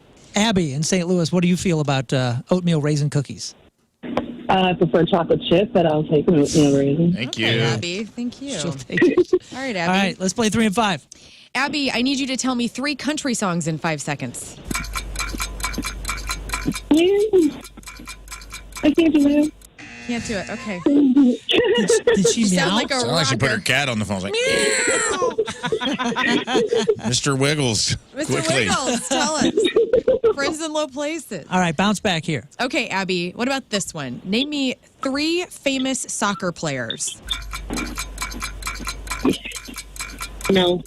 No. Goodbye, Abby. Bye, Abby. Love you. See you later. I mean, Messi, right? Who else? Ronaldo. Beckham. Yeah, Pele. Beckham. All the hotties. Bennett in St. Louis. Hey, what's up? Hey, man, we're just talking about cookies and soccer players. You ready to play 3 and 5? Yes, I am. All right, let's do it. All right, Bennett, tell me 3 U.S. holidays. Christmas, President's Day, Labor Day, Memorial Day. Done. I think you did okay. Above and beyond. Let off some steam, Bennett. I'm sure you've never heard that. Okay, Bennett. Name me 3 of your favorite songs. You never broke my heart, drink a beer, and here for the beer. Here for the Beer and Drink a Beer. Who are those by? Drink a Beer is by Jason Aldean. And Here for a Beer, I forgot, but it is. Here for a Beer. What was the first song? Beer Never Broke My Heart by Here- Luke Combs. Here for the Beer. Man, you know what? Is that from the Sloppy Boys? I take it you're a wine lover. His confidence in beer fandom makes me feel like, I mean, he's kind of earned these. Wow. Beer run. Beer by Beer Real in Big my Fish. beer. I mean, there is a song called Here for the Beer by the Sloppy Boys that came out in All right, 2019. we're going to give it to him. Whatever, man. We're going to give it to him. All right, he wins. All right, hang on, Bennett. His phone sucked, too. Mike in California. Is this California, Missouri, or California, the state? California, Missouri. All right. Right on, the Californian. Bennett. All right, Mike, I want you to name me 3 famous people named Brad. Brad Pitt, Brad Paisley. Nothing. All right, well, that sucks. Brad Arnold. Bradley Cooper. Ooh, It's all right. Bradley You can bounce. Cooper. Hey, I never knew that. So my son finished Lost, and he's like, "Dad, this is the greatest television show of all time. Who else, or where have these people? What other shows have these people worked on? Like J.J. Abrams and Damon Lindelof." And I showed him a couple others, and he watched Fringe, loved it. And now he's watching Alias, which is J.J. Abrams' first one. Yeah. I never saw that, but I'm Is starting that to watch Jennifer it. Garner? It's Jennifer Garner and Bradley Cooper. Is it really? Bradley Cooper is like the Hot guy? counterpart. I had no idea. I guess that's where he started. No, he started on Wildly. I remember watching. He was hosted like a nature show, like on PBS Kids in the morning. Really? He was like, "Hey, it's me, Bradley, and I'm out here kayaking on the Cuyahoga River." And it was just like he was just like the affable host of this like morning show. No kidding. I turned on Star is Born just randomly thinking Tim wouldn't want to watch it. And then he like sat down and slowly got engrossed. And then at the end was like, that was a really great movie. Yeah. I go, yeah. I mean, if you can get over Bradley Cooper's deep voice that sounds, and he's he's very moist and he's very tan. Whoa, what? It just is. If you can get through all that, it's a great movie. Get through it. That was the best part. All right, Mike in California for the win. Here you go. Here you go, Mike. Mike, I just want to have a look at you. Hey, Mike. Tell me 3 different models of pickup trucks. Silverado, Ford F-150, Ford F-250. Hell yeah, brother. There you go. There it is. Mike's a winner. All right. Or no, he's not. Hang on. He didn't get Brad, did he not? Nope, that's just one. You just. Oh, shoot. I thought he got the Brads. No. All right, Mike. All right, hang on. Let's keep you honest, Mike. Here it is. Here we go. Cities in Missouri other than Kansas City. St. Louis, Jefferson City, California, Missouri. Woo! There That's it is. right. There it is. That's a winner. All right, Mike, hang I on. won there. There you go. did. Right. Rich in Owensville. Rich. Morning, how's it going? It goes well. How are you? Doing good. All right, take your crack here at 3 in 5. All right. Rich, tell me 3 snacks. Cheetos, Doritos, Funyuns. Hell yeah. All the best snacks. 3 good ones. Would have accepted Rafe, Moon, and King Scott. You know what I mean? 'Cause Hey, I we're do know what you snacks. mean. Oatmeal Those raisin are cookies, a too. couple of hot snacks. Some snacks of me. All right, Rich. All right, Rich, give me 3 famous video games. Castlevania, Mario Brothers, Tetris. Hell yeah, Tetris. Yeah. Confident. Way to go, Rich. Video games and snacking. That will get you tickets here. That was my genres. That was it. for Nicely you. done. Good job. David in Jerseyville. Hello. What's up, Hi. David? Hello. Hello, David. Are you ready? Yes, I am. Okay, great. Tell me 3 cartoons from the 90s. Anime. No. Animaniacs. He tried to sing the song. It was very nice. That was Nice good. cover up. All right. All right, David, let's try this. 3 famous people over the age of 45. Snoop Dogg, Martha Stewart, and Jason Bateman. I love that you got Snoop and Martha on the brain, though. No. No. No. Funny. Didn't get Bateman in there in time. I don't think we have anybody else. Did we already do Richard? We did Rich, yeah. We did him. He No, won. this is a different one. Oh, this is a different one. This is Richard. Richard, did we already talk to you? No, you haven't. Oh, what's up, Richard? All right, Richard. you're the last one. Here we go. Sweet. Richard, tell me 3 famous redheads. Reba. Oh, bring it on, brother. You know what? That's maybe the most famous of them all. right? Lucille Reba, Ball. King Scott, and then I was over. Ginger from Yeah. Gilligan's Island. Opie. Would have accepted Opie or Ron Howard, Lucille Ball, Yeah, that's a tough one, though, if you get stuck. King Scott. All right, Richard, here we go. Tell me 3 different things a golfer uses. Tee, gloves, driver. Nice. There it is. All right, Richard. Comes down to this. Comes down to this one, and then we're done with this game. Richard, tell me 3 ingredients that you need to make brownies. Eggs, brownie mix, water. Hell yeah! Hell yes! Well, that makes it easy. All right, Richard, well done. Hang on. Good. I thought he was gonna. I thought like cocoa, flour, but this guy's box brand. I'm here for it. Yeah, brownie mix. Brownie mix. That works, and that's how you do 3 and 5. Every single one of those callers had the movies pulled up on their phone. Yeah, dude. We never even No got way to they it. didn't. Never You even threw them got a to it. curveball. Never got to it. Oh my goodness! It's 8:13. We'll have some news and Hooshe and a whole bunch more stuff coming up on the Rizzuto Show. Yes, Rizz is doing fine. He's just taking President's Day to be not here. That's all. He always takes President's Day off. Yeah, we don't do that, but you know he's the boss. He can do what he wants. It is 8:13. Traffic and weather. Here is Lern coming at you. It's brought to you by Worldwide Technology Raceway. The biggest race of 2024 is happening on Sunday, June 2nd. It's time to unlock those NASCAR Cup Series tickets, www.raceway.com. Slow out there. No accidents to report at this time. Today's weather, it's going to be gorgeous. High of 53, a low of 21 tonight. And right now it is sunny, 29 degrees at 8:13. You know what we got coming up? What? Sexy Time Fun Facts. Ooh. And it's really similar. All right, we are back. Welcome to the Rizzuto Show. Rizz is he's still in Nashville.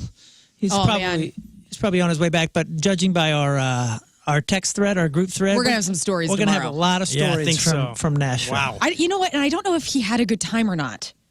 Oh, I think so. I don't want to give it away. I felt a good time in a lot of those Some stories. things happened, but there was a comment that he made, and we'll get into it tomorrow, but where I thought, oh no, he might be salty Rizz in Nashville, which God bless those That's the people. way to do Nashville the very first time.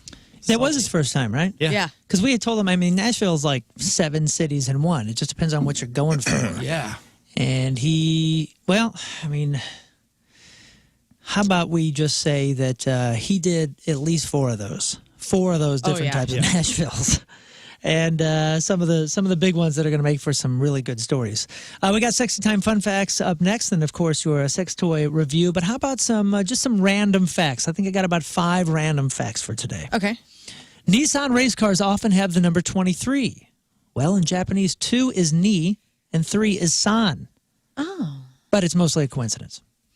The name Nissan originated during the 30s as an abbreviation used on the Tokyo Stock Exchange for the original company Nihon Sangyo. But it's kind of cool with the 23 thing. Yeah. That's cool. Paul McCartney and John Lennon both wrote different songs called Woman. McCartney's 1966 and Lennon's in 1980. It's the only time they wrote separate songs with the same title. A word with 2 opposite meanings is called a contronym. Oh, a contronym. Like dust, which can refer to actual dust or the act of removing dust. Oh, yeah, to dust something. Right. But there's some dust under there. Right. Contronym. Going back to woman, does everybody think of So I Married an Axe Murderer when you hear woman, woman? I'm not sure I know that song. No? No, Mike could Myers? could you do it again? Yeah, maybe maybe it'll I'll get it. Woman. One more time. No. I think I'm starting to. I Sounded think it's suspiciously close to your Chewbacca. Mike Myers has a terrible wig on in that movie, or dyed hair that does not look good on him at all. And he married an axe murderer, and he's doing like a stand-up, or not stand-up, but poetry reading. Anyway, every time I like hear woman, slam poetry? Yeah, like a poetry slam. That's sweet. Well, maybe you have a medical condition. Yeah. Because there's an actual medical condition when a song gets stuck in your head and it just won't leave. It's called musical tinnitus. Interesting. Woman. Whoa. Dude, I can't wait to hear this song. The number 1 song on the Billboard charts at the end of the last decade was All I Want for Christmas Is You by Mariah Carey. The final number 1 in 2009 was Empire State of Mind by Jay-Z and Alicia Keys. It's a great one. I'm so upset. It's all right. What do I do? Let's say it 3 times, like Beetlejuice. Yep. You're right. It's the Rizz Show, brought to you by the Fast Lane, brought to you by the Fast Lane, brought to you by the Fast Lane. There we go. Nice. Now we're even. Oh, Jamie Rivers is right behind me. Beard. Here's like Beatles. Rafe just held up a thing and said fast lane. And I was like, man. So easy to forget our sponsors. But It's so easy to forget that show. to be fair, I've only said it's the Rizzuto Show a few times, sponsored by by Fastlane. We're going Right. to get it in the back half. I just want to make sure. Oh, we'll go Yeah, people overboard. know. I mean, make sure you tweet at them too. The Gosh, Rizzuto dang. Show is sponsored by the Fast Lane. Darn it. Yeah, who does the Fastlane sponsor? Oh, the Rizzuto Show. Oh, wow. That's awesome. We brought to you by. The Brought Fast to you by- Lane. Huh.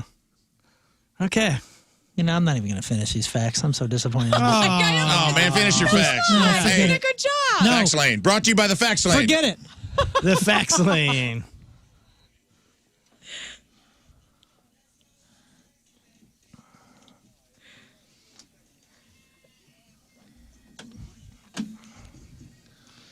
Man, I had all this cool information about songs. Aw, man. Song Number one tinnitus. songs. I don't even care. Shout out to Rafe for having 1.5 hours of sleep and remembering that because none of us remember. You're right. And I've had 6 espresso shots. Right. And yet, I'm sweaty. I'm pitting out. If you had a 5.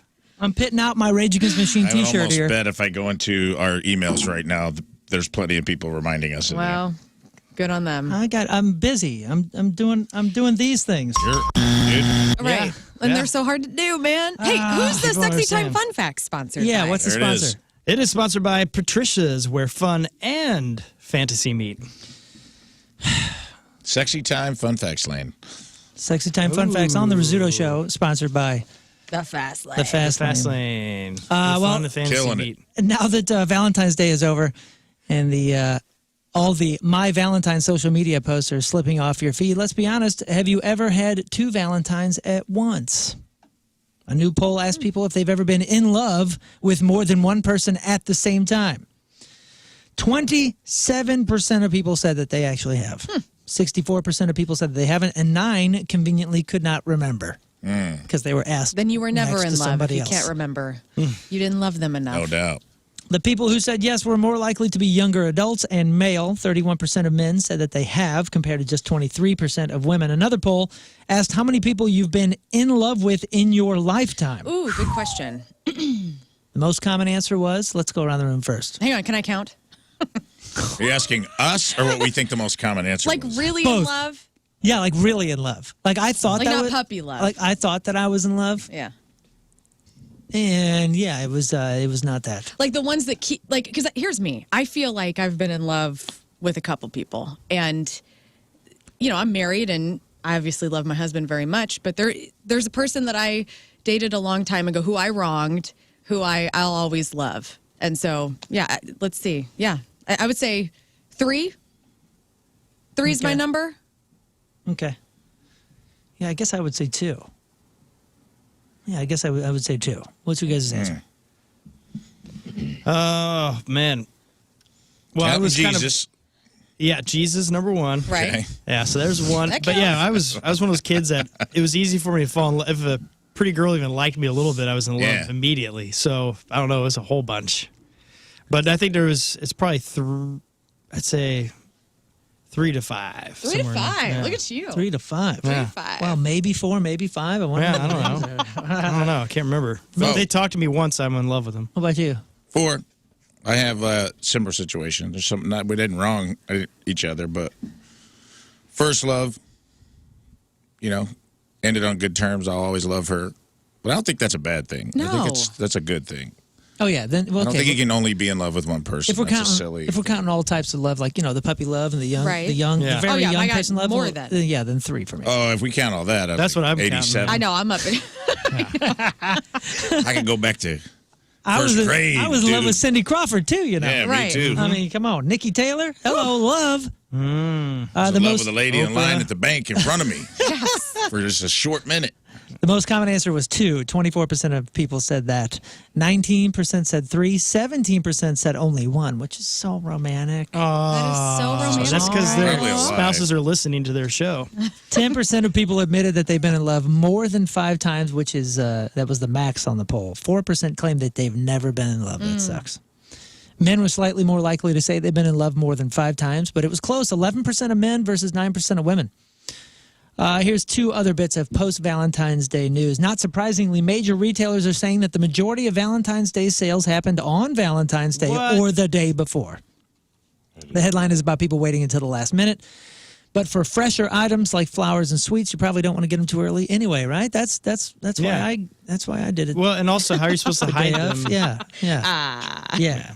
I don't have the big. My mansion's not that big. I want to give you fresh stuff. You know what? My favorite thing is candy hearts, and I only had one bag this year, which is pretty good for me. I mean, I usually stockpile those bad boys because you only can get them around February 14th. Wait, what is this? What are you after? The gross candy hearts that nobody loves except for me. Oh, those are such a waste. They are, but man, I love them, and I love the white ones. I don't know what it is. They taste differently? Yes, they taste differently. The Brock's ones are flavored. That's decoration, man. Well, I decorated my mouth with a whole bag of them. Back to you. That's ant food. Ant food. Let's see. So the Chiefs Super Bowl party, Super Bowl victory parade, that happened. A lot of fans had their own personal celebration by watching a whole lot of porn. Really? Pornhub released stats on how many people logged on during and after the game. What? Kansas City had the biggest post-Super Bowl spike of any city. By far. They were the horniest out of everyone. Apparently. At kickoff, people in the Kansas City area were watching 30% less porn than normal, and it was down 47% during overtime. Yeah. But then the numbers steadily rose back up as the game ended. I'm sure people, as they were nervous, I mean, because it went into overtime, around halftime, I know if we could have put on some pornography in my house, and cooled the mood, because Tim, I've never heard my husband yell when he yelled as much as he yelled it that night, and it was a lot of, I can't say it because I don't want to ruin his rep. But he was yelling at Tony Romo. All about this D, Tony Romo. I mean, there was a lot defense. Tony Romo's going to get this D. Yeah. Yes. Wait, let me search for right. that. Right around I'm searching 2 a.m. right now. That's why I watched it home alone. Right. I was joeing through the whole game. Oh, my God, I bet. So then if I was joeing when something good happened, I assumed it was good luck, so I had to keep going. I had to think about baseball. I'm watching football, but I'm thinking about baseball. Yeah, I've done that trick, the baseball thing. That works. Totally works. So during overtime, it was down almost 50%. By 2 a.m., it was up 17% more than any other place and any other time. So they went from 50% down to 17% over the average. The numbers in San Francisco were similar but not as dramatic. Traffic was down 27% during overtime and then 4% higher than normal at 2 a.m. The national average was down 25% during overtime and then 8% up afterwards. Way to go, Super Bowl. Niners fans did have a 15% spike at one point, but it happened earlier, immediately after the game. So, they took right to it, and the Chiefs fans took a little bit longer. Have you done any of these things and regretted it? A sex expert came up with a list of common mistakes people make right after they're done getting it on. Here are the top 5. Number 1, and this has got to be the worst. Negative comments.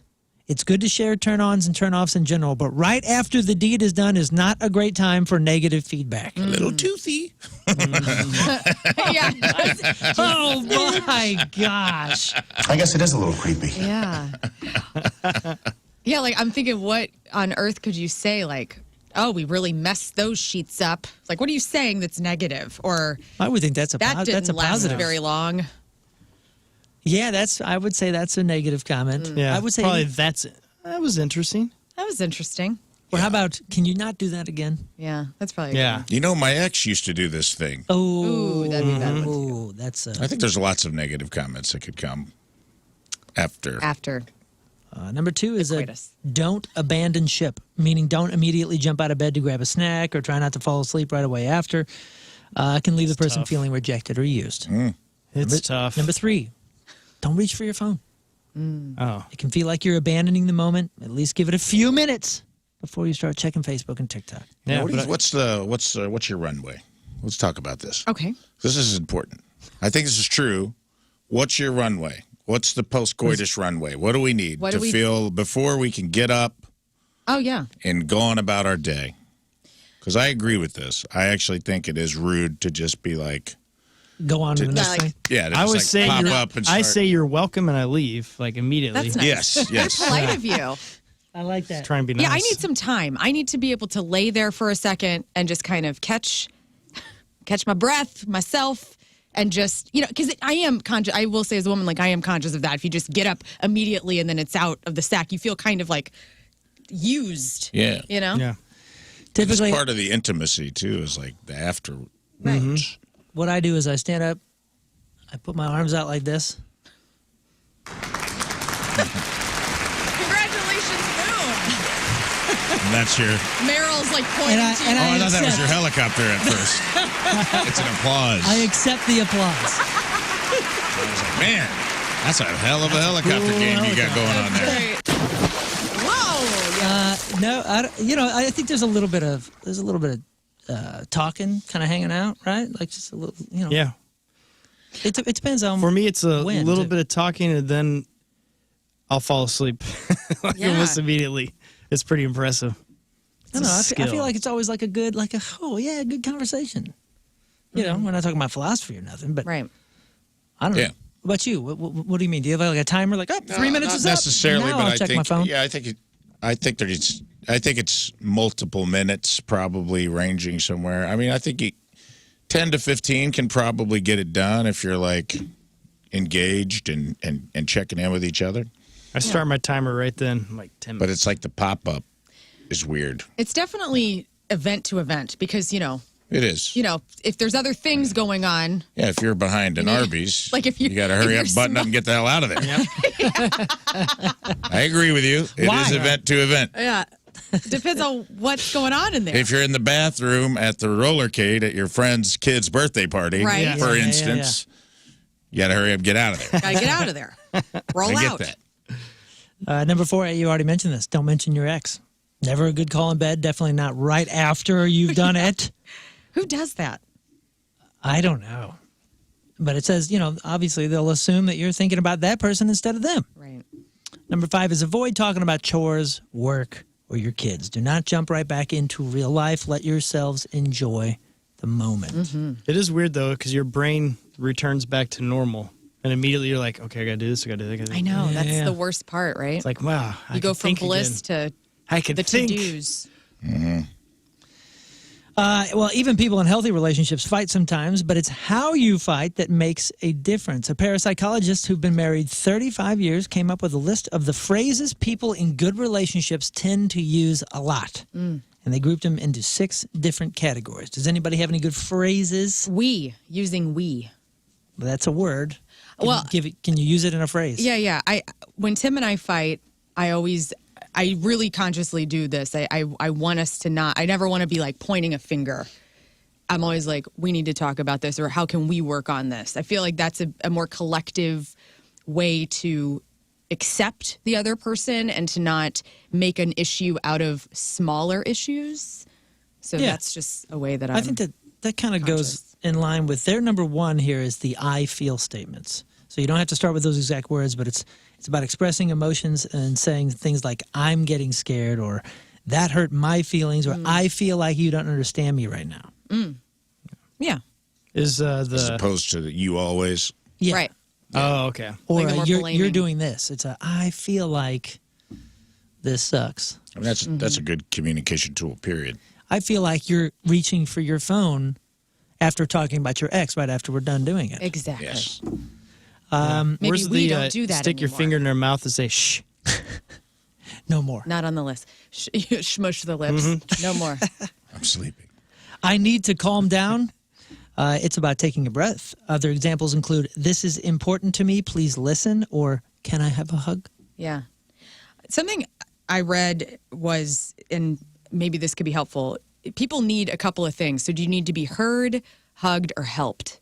Which I think if you, with your person, not just your partner, but like anybody in your life, because we all try to fix things, and sometimes that's not what people need. They need to be listened to or physically embraced to feel safe, or maybe they do actually need help. So helped, hugged, or heard. Number 3 is stop actions. It says, similar to the last one, phrases like, let's start again, or can we take a break and talk about something else, and I might be wrong. That came in number 3. The category number 4 is getting to a yes.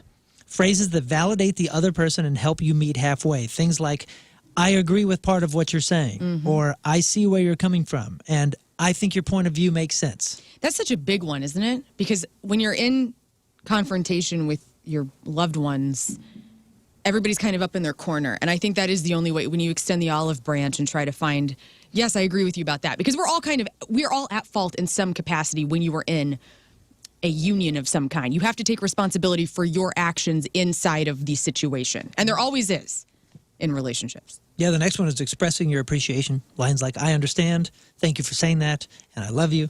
And then number 6 is, I'm sorry, or even just admitting that you're not perfect. Phrases like, I was being extreme. I can see my part in all this. And sorry, let me try that again. New datingnews.com poll shows that 52% of Americans use professional networking site LinkedIn as a dating site. Weird, man. No thanks. Out of all of the sites, nah. 61% of those polled between the ages of 35 and 40 said that they've actually scored a date through LinkedIn. 48% say they prefer blind dates to finding love, with bars being a preferred place to meet. And 21% say they've used a language learning program or platform to meet a potential partner. What? Wow. Wait, a language learning platform? Like, how do you, what? Does Duolingo or something have where you could talk with someone else? So maybe, I wonder if they have that ability where you could talk with strangers that are trying to learn as well. I don't know, man. Wow. I don't know, but that's strange to me. I also got an email. Is it Chivy or Chivy? There's a new app out there designed for busy professionals without compromising quality. It's the last dating app that you'll ever need. And essentially, it's for people that want long-term specific relationships with persona. And it's $150 a month. Wow. Jeez. Chivy. How's it going? I'm not on it. I got an email. Okay. I got an email about it, about the PSA. It was saying that, I guess they just came out. Really? I'm curious. That's an interesting thing. Like, for $150, I'm not even paying that for my entertainment apps. So it says it has features, so it's to prevent catfishing, scams, and bad actors. Oh, okay. I'm not curious in the app. I'm curious in who would pay $150 Right. a month. That thing puts me at ease for catfishing, scams, and bad actors, like a spam email for a new app coming into my unsolicited coming into my inbox. But it's a cool video of a guy and a gal on a motorcycle in Hollywood. Right on. It's real catchy looking. Check this out. The pandemic and working from home probably gave this a nudge, and we've talked about this before, but it was trending down before that. How many women wear makeup these days? A new study found you're more likely to say you never wear it than to wear it every day. Only 19% of women say that they wear makeup daily now, and 26% never do. 0 times. I wear it 5 days out of the week, 6 days out of the week. Sundays I'm usually makeupless unless I have somewhere cool to go. Even with all the YouTube makeup channels and stuff that are so popular, those are is it huge. decline? Does this mean it's a declining or? It was declining even before 2020. So I guess the trend is done for those? Do you guys tell your ladies that you prefer them without makeup? Do I tell her that? Yeah. Sometimes maybe. Tim, we'll go out to dinner or whatever, and he'll be, if I'm not done up yet, he'll go, no, just don't get done up. Just be yourself. Yeah. I've said that before, sure. Yeah. And I somehow, and that's a beautiful thing to say, like, oh, you're naturally pretty or whatever, but sometimes I feel like maybe I don't do my makeup well enough. And I look like that's trash. hilarious. That's why I'm kind hesitant. of like, don't do it. That's why I'm hesitant to answer that question, because that's a trap. Where the hell is that button? That's a great call. I never thought about that, but no. Whenever a guy's saying that, it's because we truly are like, oh, wow, you're stunning. You don't need that silly and it's stuff. very sweet. But then I've been doing my makeup the exact same way I've been doing it since I was in high school. Since you were a child. I don't know how to contour. I don't know how to do the blush. And I would love to know, and maybe I would look better, but I don't. Follow my YouTube channel. I'll teach you. Okay. No, Thanks. that's I think it's a dangerous. wiser move to work in the positive statements. Do you know what I mean? Like, instead of telling you not to do something, I appreciate it when it's done, and I'll be like, you look great. Whatever. Oh, new eyeshadow looks great. Yep. But if she doesn't wear it, I don't comment on it. I'm just like, you look great. Let's go out. Yeah. I don't think saying, like, don't do this or I prefer that ever works out. Because either way, it never works. Because it gets in my head. I'm exactly. like, It's going to be taken how you want to receive it. Right. Yeah, that's why when you asked that, it was like a. No, I know, Yeah, but I've that's said that what very goes through my delicately mind. before. You know. I mean, Well, I was it's a in real high thing. school whenever I realized the impact makeup can make, because there was the gal that went to my school. She was stunning, and then one day I saw her out in public, and it was a totally different human. You're like, ugh. And it was just so weird to me. When you started this story, I was like, there's no way this ends well for him. No. And that you poor didn't let gal, me I was down. like, now I see why she wears so much makeup. But I'm like, I didn't know that happened. That was a weird lesson. Oh, my I didn't know God. that's even possible. Oh, man. Some just I was don't. like, let's watch him land this plane. Here we go. I landed it softly and smoothly. Oh man. We lost a wheel. Well, pretending to be a Jedi Knight armed with a glowing lightsaber, fanning out over Star Wars, anime, animations, and even rocking a clunky pocket protector. These are all the makings of a great husband, according to social media know-it-alls. Go for the nerd, quote, encouraged a soon-to-be married podcaster, Isabel Brown, 26 from Florida, a trending TikTok bulletin. She has over 5.3 million views on this thing. And the quote is, nerds make the best husbands. And she captioned the clip, it's a fact. It's a fact. Brown, who's engaged to be married, began her virtual advisement with a stitched video from a separate TikTok user asking how other women have been able to successfully score a loving man who satisfies all their needs. Okay. She went on to shame society for failing to celebrate the supreme splendor of the four-eyed guys wearing suspenders. It honestly blows my mind how we have this entire trope in American literature and movies and TV shows about the nerdy girl who gets the glow up when she grows up. And then, you know, in rom-com classics like She's All That and Never Been Kissed, but we don't see that for nerdy men. Nope. I'm going to push back. Of course you do. Clark Kent. Wow. He's Clark Kent. literally Superman. He's literally Superman. So he had the glow up of all time. So if the nerd can't turn into Superman... Hey, that's the same thing, though. Rachel Lee Cook from She's All That, when she's she's got paint on her overalls, and then Freddie Prinze goes home and she walks down and his sister has given her a makeover. She doesn't become Superwoman. She just becomes hot, and then she still gets water poured on her at the party. So it's not even, you guys have got the ultimate glow up of nerd to Superman. So I don't want to hear any more of this. Okay. Wow, that's Someone encouraging. doesn't want to have sex with nerds. Yeah. Well, listen up, nerds. I do want to have sex with nerds. Listen here, I was part of the ska movement. The glasses and the suspenders. Yeah. You were listening to like the Mighty Mighty Boss Tones We'll cut that out of the podcast. from the years like 2000 to 03. I was all over you. So no, That was another reason they were super hot. why I was successful at staying a virgin. I was way into ska. Yeah. It helps, man. I don't need It's a any of great the slander turnoff. of Women We're are King like, Scott "Oh, first. okay." King Ska. Listen up, nerds. We're going to post this on the blog, so you can Listen up, use this. nerds. So you can. Listen up, dorks. You want to get laid? Here we go. We'll put it on the pod. Here's the quote. Here's the quote. Hear me loud and clear. If he owns a lightsaber, green flag. If he purchased a wand from the wizarding world of Harry Potter, greenest possible flag.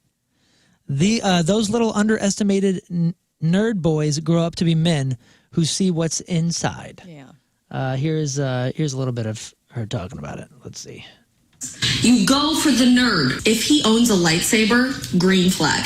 If he has purchased a wand from the wizarding world of Harry Potter, greenest possible flag. If he has an unhealthy obsession with Ahsoka Tano, you better run to the altar. Bonus points if he's obsessed with Monopoly, because those little underestimated nerd boys grow up to be men who see what's in here. Nice. Bonus points. Hey, speaking of wands. Hey, I'm 1 out of 4. Oh. Wow. That came out of nowhere. Well, I saw a wand and I was like, oh, I bet you Rafe has something for us. I do. Something for the nerds. For President's Day, couldn't get any nerdier. In fact, Really? what a great transition. I got an inclusive, cute little toy. I know sometimes what I bring to the table is hard for our listeners to hear Very on Sexy hard. Time. Fun fact, sex toy review today is going to be an easy one. It's President's Day, and to honor our forefathers and mothers, today I offer you the Zeep vibrator. It's $69 on cutelittleffers.com. And it's the actual word that I can't say on the radio. So if you go to that, I don't know how they got that web domain, but they did. 4.7 out of 5 stars Overall, it's a cute, little, inclusive toy that looks like a little caterpillar sitting on a leaf. It's adorable. Wow. Meet Zeep. It/its pronouns, the beginner-friendly vibrator for all genders. Zeep is a sensation playground who can range from a gentle vibrator with extra soft silicone, sweetly humming, to a pleasure powerhouse with its ribbed front and powerfully rumbly vibrator settings worth working your way up to. Zeep's then design makes it easy to hold and store away and makes it ideal for partner play as it can easily slip between closely pressed bodies for added pleasure. Zeep makes a great first sex toy and an excellent addition to any toy box. With 5 speeds and 5 patterns, strong vibrations that rumble, not buzz. Quiet, discreet design, it's rechargeable, and it's waterproof.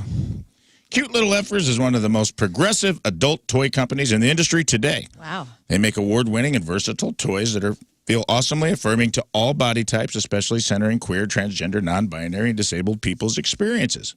They pride themselves in being trans-owned and disability-owned small business. Pleasure for everybody. Now, that's nice. Let's get to some reviews. First review, fantastic new low friend. I'm very much a beginner and have a lot of bottom dysphoria, excuse me. I psyched myself out exploring down there for the longest time, but this funky little bug helped me out big time. It's small, it's cute, and it made the whole experience way less intimidating than I thought it would be. Plus, I don't have to be the annoying dorm neighbor that everyone in the building can hear. All right, living in the dorms. 5 stars, just M. I don't know who M is, but it's just M. Second review, titled, There Were Screams, Screams, Moans, Unbelievable Gasps, and crotchal-to-crotchal vibrator sharing. Then there was a lot of lying back exhausted, breathing heavily, and saying the word, wow. Fantastic for couples without peni. Wow. Probably fantastic in other contexts as well, although I can't attest to that either way. Go get yours. You do you. 5 stars, pretty squid. That's great. And finally, one quick last review. Adorable and effective. I gave Zeep as a gift to my significant other, and she loved it. It started with an aw and ended with an, oh, yeah? Wait, it ended with a, oh, yeah? Yeah, daddy. Wow. And so go out and get your Zeep, $69. Nice, on cutelittleffers.com. it is awfully cute. It is adorable. Thank you, Rafe. David Tell, this is the Rizzuto Show presented by The Fast Lane. And Scott just walked in with, what is that? What is that? It's Schnucks Donuts. Oh, man. From the world-renowned Uncle Ken Cruz. Oh, I love Ken. Yeah, Ken is the me too. best. His wife, the whole family, their kid. Ken, know we're what? trying to look hot. Yeah, thanks, We but no can't thanks. do this. I mean, I will. Take them back. Oh, I see. Dude, I can't contain myself. I'm trying my absolute best to steer clear. Those look good, man. We have a picture to take. Yeah, that the that's Fast why we got to have Lane- more donuts in us. That the Fast Lane is going to use. I guess if I accidentally trip and I fell face down in the box, Dude, I will it doesn't count. I will force you to eat one of these donuts. dibs on if the that's what chocolate you want, long 'cause john. Misery loves company. Dude, I'm going to have one of these after the show. I can't. Don't even show me. I see something with there's cereal on top. There's like of an the donut. M&M's donut. There's a Fruit Pebbles That's enough. donut. There's a Grape Nuts donut. There's some sort of moose horn, or I don't know what the hell this is. There's one in the shape of a guitar. Oh! Yeah, dude. It's like, I'll think you. Stop it! Wait, there's a Mallory donut in there. Yeah, now there's a- Well, okay, I'll take that. Man, no, dude. Like I'm trying to get it together. I know we all keep talking about it. You guys working out? You guys up in Yes. the game? You up in the game? I'm doing the yogas. I'm not eating as much. Have you put anything on recently that makes you think like, oh boy, I got a minute to go? Because I did. Oh, yeah. I mean, I got a pregnant belly, so I got to Dude, figure out how to do that. I found some underwear I don't think I've worn in like 10 years. It was the bottom of a drawer that I've never kept underwear in, so I don't know what's down there. And I was like, oh, I wonder. I put it on. Oh my gosh, this is some young stuff, man. Had like army men on it or something. It was one of those, what was that company? MeUndies or something? MeUndies? Yeah, it was something Mallory got me like years and years ago. It was one of those like fancy. Right. Gosh. And boy, it was not Isn't it fitting me great? right. You guys ever worn one of those mankinis? I feel like Rafe's done this before. Like the Borat? slingshot? Yeah, the Borat thing. Yeah. Have you? One You've now. worn one? No, I haven't worn one, but I've seen men wear them. And what do you Yes. think? Not for me. I think it's a great look. It's like if the wind blows a certain way, everything's falling out. Yeah. You know? It's kind of, it's lovely. Well, get this. 50-year-old Shane Rose, a 3-time Olympic medalist in horse jumping. He's an Australian. His last medal was a silver at the 2020 Olympics, and he had a great chance of making the next Olympics, too. Does he like jump over horses on a skateboard? Or No, he rides horses, Okay. and they jump, and he rides it's like them an Evil through. Knievel thing. This guy may not be allowed to compete because he wore a Borat-style mankini at a recent event. What was the event? It was a horse jumping event, and horse folks don't take the mankini very well. All right. It's exactly like the bathing suit from Borat, but it's orange. Look this up. Look, Yeah, I mean, it is this It's guy a slingshot. sitting on a horse, wearing nothing but that. If you've never seen one, it shows a ton of skin. They have to be neon, otherwise you wouldn't even see the material because it's so good little look. material. This guy likes to have a good time. At the same event, he's wore a gorilla suit before. He wore the Duff Man superhero costume from The Simpsons, but it sounds like the mankini was too far. Really ticked off the fancy horse people who were there. He has not officially been suspended, but he is not allowed to compete until Australia's governing body for equestrian sports reviews the case. Selections for the Olympic team happen in June, and the games start in late July. And again, everybody in that community is mad at him. Did you see the picture? And I'm trying to get it to. That was a lot of these are pay sites. Here, I'm trying. It's great. I'm pulling it up. Oh, I love this stupid criminal news. If you just got, there it is. Look at this. I mean, it is. Ew. It's suspenders through the crack. No, thanks. Like this is. I don't like crack suspenders. He's a funny guy. He's a real funny guy. If you just got out of prison, you might need a ride home, and sometimes you want to ride home in style. Right. Yeah. And sometimes one Corvette won't do the trick. This person needed 10 Corvettes. A 23-year-old man from Oklahoma named Isaiah Walker, arrested after he stole a semi from a truck stop in Arizona. He assaulted the driver, drove off with the semi, and the semi was hauling 10 Chevy C8 Corvettes worth over $1.25 million. Police tracked down Isaiah. He initially refused to pull over, but eventually they got him to stop, and he was taken into custody. When they asked him why he stole the truck, he claimed it had nothing to do with the Corvettes. He just got released from prison and, quote, I needed a ride home. Charged with 11 counts. Damn. 11 counts of felony theft. Or they say of Hooshe. You're going back. And he only had 10 Corvettes? He should have had 11. You're going back to jail. Well, there was 11 because he stole the truck. Oh, okay, good. I like when it all adds up. If he'd have stolen one of those, he might have gotten away, right? Going back to jail now. And your Headline Hooshe is brought to you by? It is brought to you by Headline Hooshe is brought to you by Headline Hooshe Morris is brought to you Royce by Jeweler. Morris Royce Jeweler, the official jeweler of the Rizzuto Show. I'm trying, buddy. I'm trying. Today's Headline Hooshe story comes to us from Leesburg, Virginia, where last week 35-year-old Alexander Hopkins was arrested for allegedly swinging a medieval sword at a cop and another person. A Leesburg cop tried to serve a warrant at Alexander's house. She swung a sword more than 1.5 feet long at the officer before taking off. A neighbor said that Alexander swung the sword at them, too. She's been charged with assault on law enforcement, 1 count of assault, and 2 counts of brandishing a weapon. Thankfully, nobody was hurt. But Alexander Hopkins, you are our Headline Hooshe. You know, we're doing okay. We're doing okay for some time here. You guys want to do some food news? I would, yes. I do too. Especially since... Whoa! That's not... No. That's a typical Rizz mistake. I swore I would never do that. Well, I'm glad we're doing food news and there's actual food in the studio because normally when we do food news, there's nothing to eat and then I get really hungry. So the fact that these dones are here is really exciting. Dude, you guys follow... I know we've had him on the show before. You follow Dan Soder? Dan Soder. Who remind me? And Dan's my bud. Dan's great. Pancake been Dan? on the show. No. He was on the show. Comedian Dan Soder. He's on Billions. Yeah, he's on Billions. No, I don't know him. He is Bonfire. the one. He's the one that Rizz opened up for. That's what it was. Yeah. Helium. Okay. Dan rules. And I think he posted it yesterday or something about how a doctor told him that he's not allowed to eat at night. And he was going on about how, just disastrous and horrible that is. Right. And I'm not kidding. I will credit Dan Soder because I've been trying to, stop eating at night. I have a tendency to, snack? Yeah. It's not even a snack necessarily. We'll have, our little treat, and it's kind of like a nighttime thing. The dog gets her bone, and we get our bone. And, nice. dude, Yeah, it's not good. It's not good for me. So I've been trying to, Oh, that's good for everybody. Well, yeah, that part. But I've been trying to just kind of chill on it. And Right. I credit Dan Soder with a couple days ago from me going, you know what? I'm gonna in solidarity with Dan Soder, I will no longer eat anything within a few hours of going to sleep. So what time do you guys all stop eating? Because I'm very rigid on this. About the time my eyes close. Oh. Yeah. Usually. My goal is 2 hours before bedtime.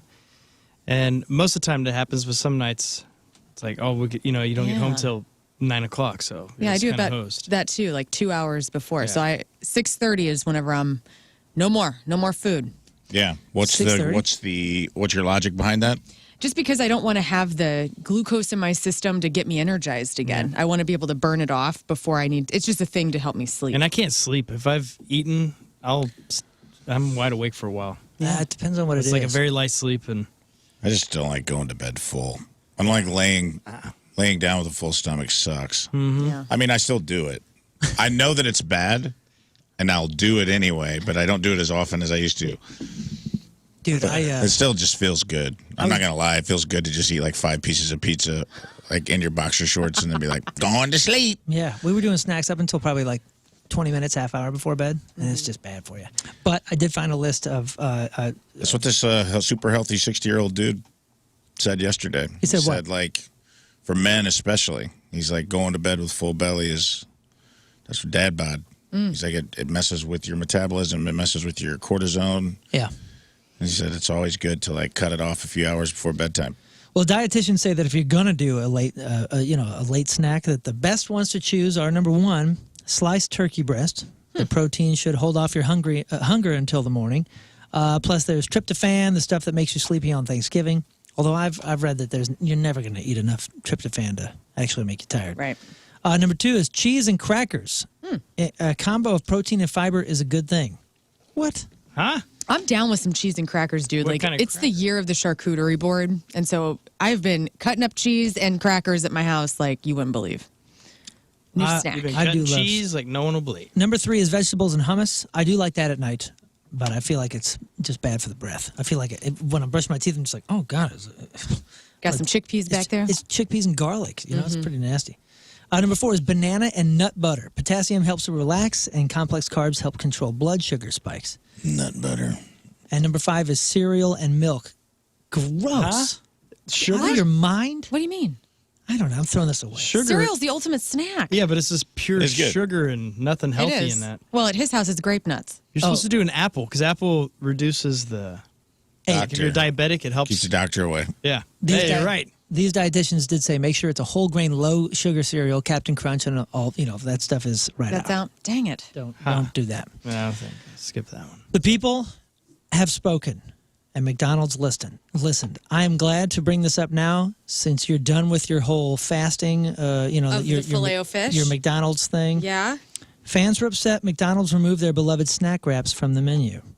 The breakfast wrap was axed from menus in 2020, and this led fans to create a series of petitions to bring it back. The iconic breakfast item will be returning to McDonald's restaurants last week. Wow. On the dollar menu? Wow. It happened in Ireland and the UK.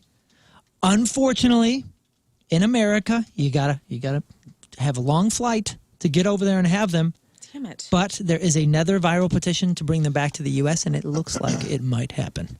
I wonder how many might times actually these petitions and everything are just purely McDonald's stirring up the excitement, just because they take things off the menu all the time and bring them right back. Sadly, I don't think that's true.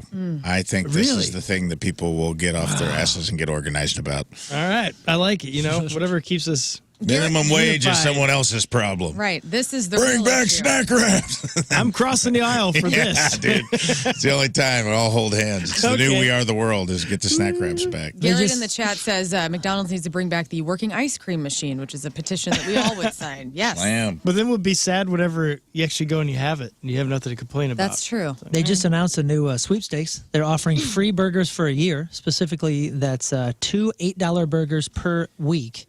That makes a value of $832 over a whole year. Let's see. If you're interested, hit up spothamburglar.com and fill out the entry form. They're selecting 4 winners at the end of February. It's a side promotion that's going on. If you can score, you can score if you spot the Hamburglar's getaway car. Should be noticeable. It is a 1970 Plymouth Barracuda. The so-called Burger Cuda will be making its way coast to coast, and if you spot it, you can scan the vehicle's code on your phone and be rewarded with an Arch card plus Hamburglar-inspired swag. Again, you don't have to actually see the car to win the burgers for a year thing. That's a separate thing. So go to the website and partake in another sweepstakes.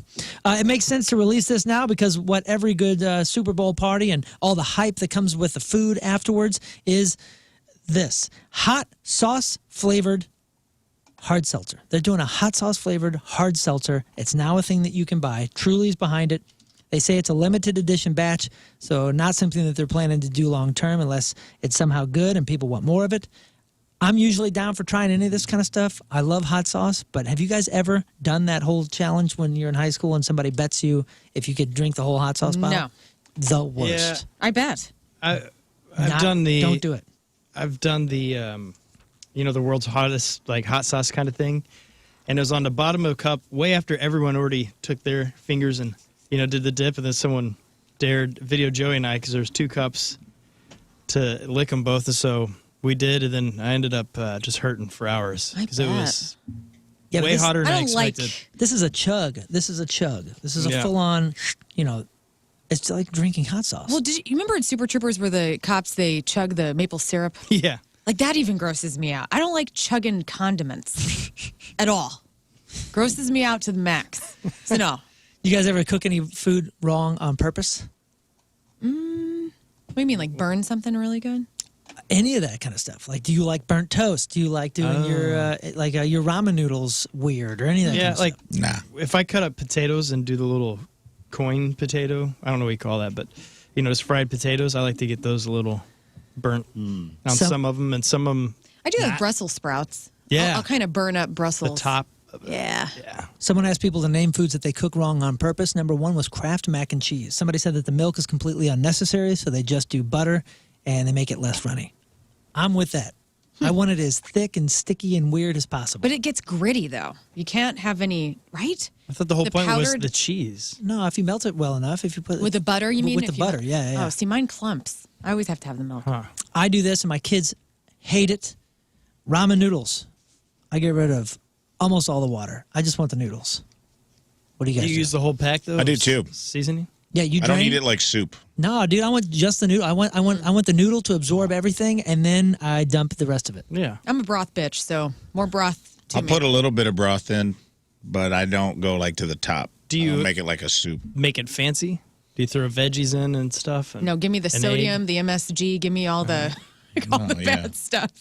Do you use the full packet then of the chicken flavor or whatever? Oh yeah. Full packet. I want full flavor, and I even put in like a hot dusting in there. Like I do like a hot what's it like? Crop dust it? It's like a buffalo wing. It's for like wings and stuff. Like buffalo sauce? It's or- like a Chipotle buffalo wing dusting. And dude, game changed. My kids hate it, but that's how I eat it. I love it. Number 3, a lot of people said mashed potatoes. They don't mash them all the way. They want them kind of chunky, and they leave the skins in. I think that's a great idea. Bro, you're just eating a raw potato, it sounds like. Yeah. Yeah, it's how I do mashed potatoes. I just take a bite out of a raw potato. I'm down. Number 4, I totally disagree with. These monsters say French fries. They don't cook them all the way. They like them floppy and a little raw. I like a soggy fry. Dude. From a McDonald's bag. That is yes. Judge me harsh. Now, are you saying loose, like wiggly, or are you saying soggy? Oh, dude, I'm saying soggy, like a freaking like White Castle fry worm, dude, like a earthworm. That's how gross it is. Oh, I love it. Oh my gosh. Dunk it in some barbecue sauce. Shut your mouth. It's so good. It is the way to do McDonald's fries. It is. That is so gross. I'm done. I'm done with this. Sorry, I've ruined food news. Yeah, I do like when you can. I do like when you can make a McDonald's fry into like a loop. See what I'm saying? I'm kind of on your side on this. The Where, Southern like, Illinois Soul Twins rising up you again. can kind of make it like a little like you can play with. And a little you. little I'm gonna fish. dunk a little Yeah, you. I'm dunk a gonna little eat it. fish. Screw you guys. I'm going to commercial. I'm sorry. Yeah, that's it for us. I'm so sorry, Donnie. I'm so sorry, Donnie. Donnie, I'm so sorry. I love you. I'm so sorry, Donnie. Donnie, I love you. I'm Your so homework, sorry. Larry? He's out there. Look at him. He's super mad. I'm sorry, man. Hey, it's the Rizz Show. He's punching the glass like the gorilla at the zoo right now. Oh, don't throw that. It's the Rizz Show brought to you by the Fast Lane. Rizz will be back tomorrow. He was just taking President's Day off to party in Nashville. He's in cowboy boots and short shorts. A mankini. And he's got a Reba wig and a bolo tie, and he's coming back, and we'll see him tomorrow. Hey, until then, though, let's celebrate the Team Rizz member of the day, brought to you by Hot Shot Sports Bar and Grill, St. Louis's home for Blues hockey, Olivia Smith. Yes. Yeah. Olivia Smith from Belleville, Illinois. It is her birthday tomorrow. She is the Team Rizz member of the day today. What else? Anything? The title. No, we got You know what nothing. the title? Oh, the title of the blog and the podcast. The title is "So Is This Balloon." I'm sorry, what? So is this balloon. So, what, say it one more time. So is this balloon. That's what you said. Okay. I can't tell I what don't he's even remember saying. who said that. Hey, listen. Thank you for being with us today. Thank you. I know it was a little bit different, and it was a fun did a great President's job, Day. Moon. Hey, I appreciate you guys. Thanks. I'm sorry, Donnie. It's all good. I love you. We leave you with a selection from Olivia Smith, and here's the song. Rock.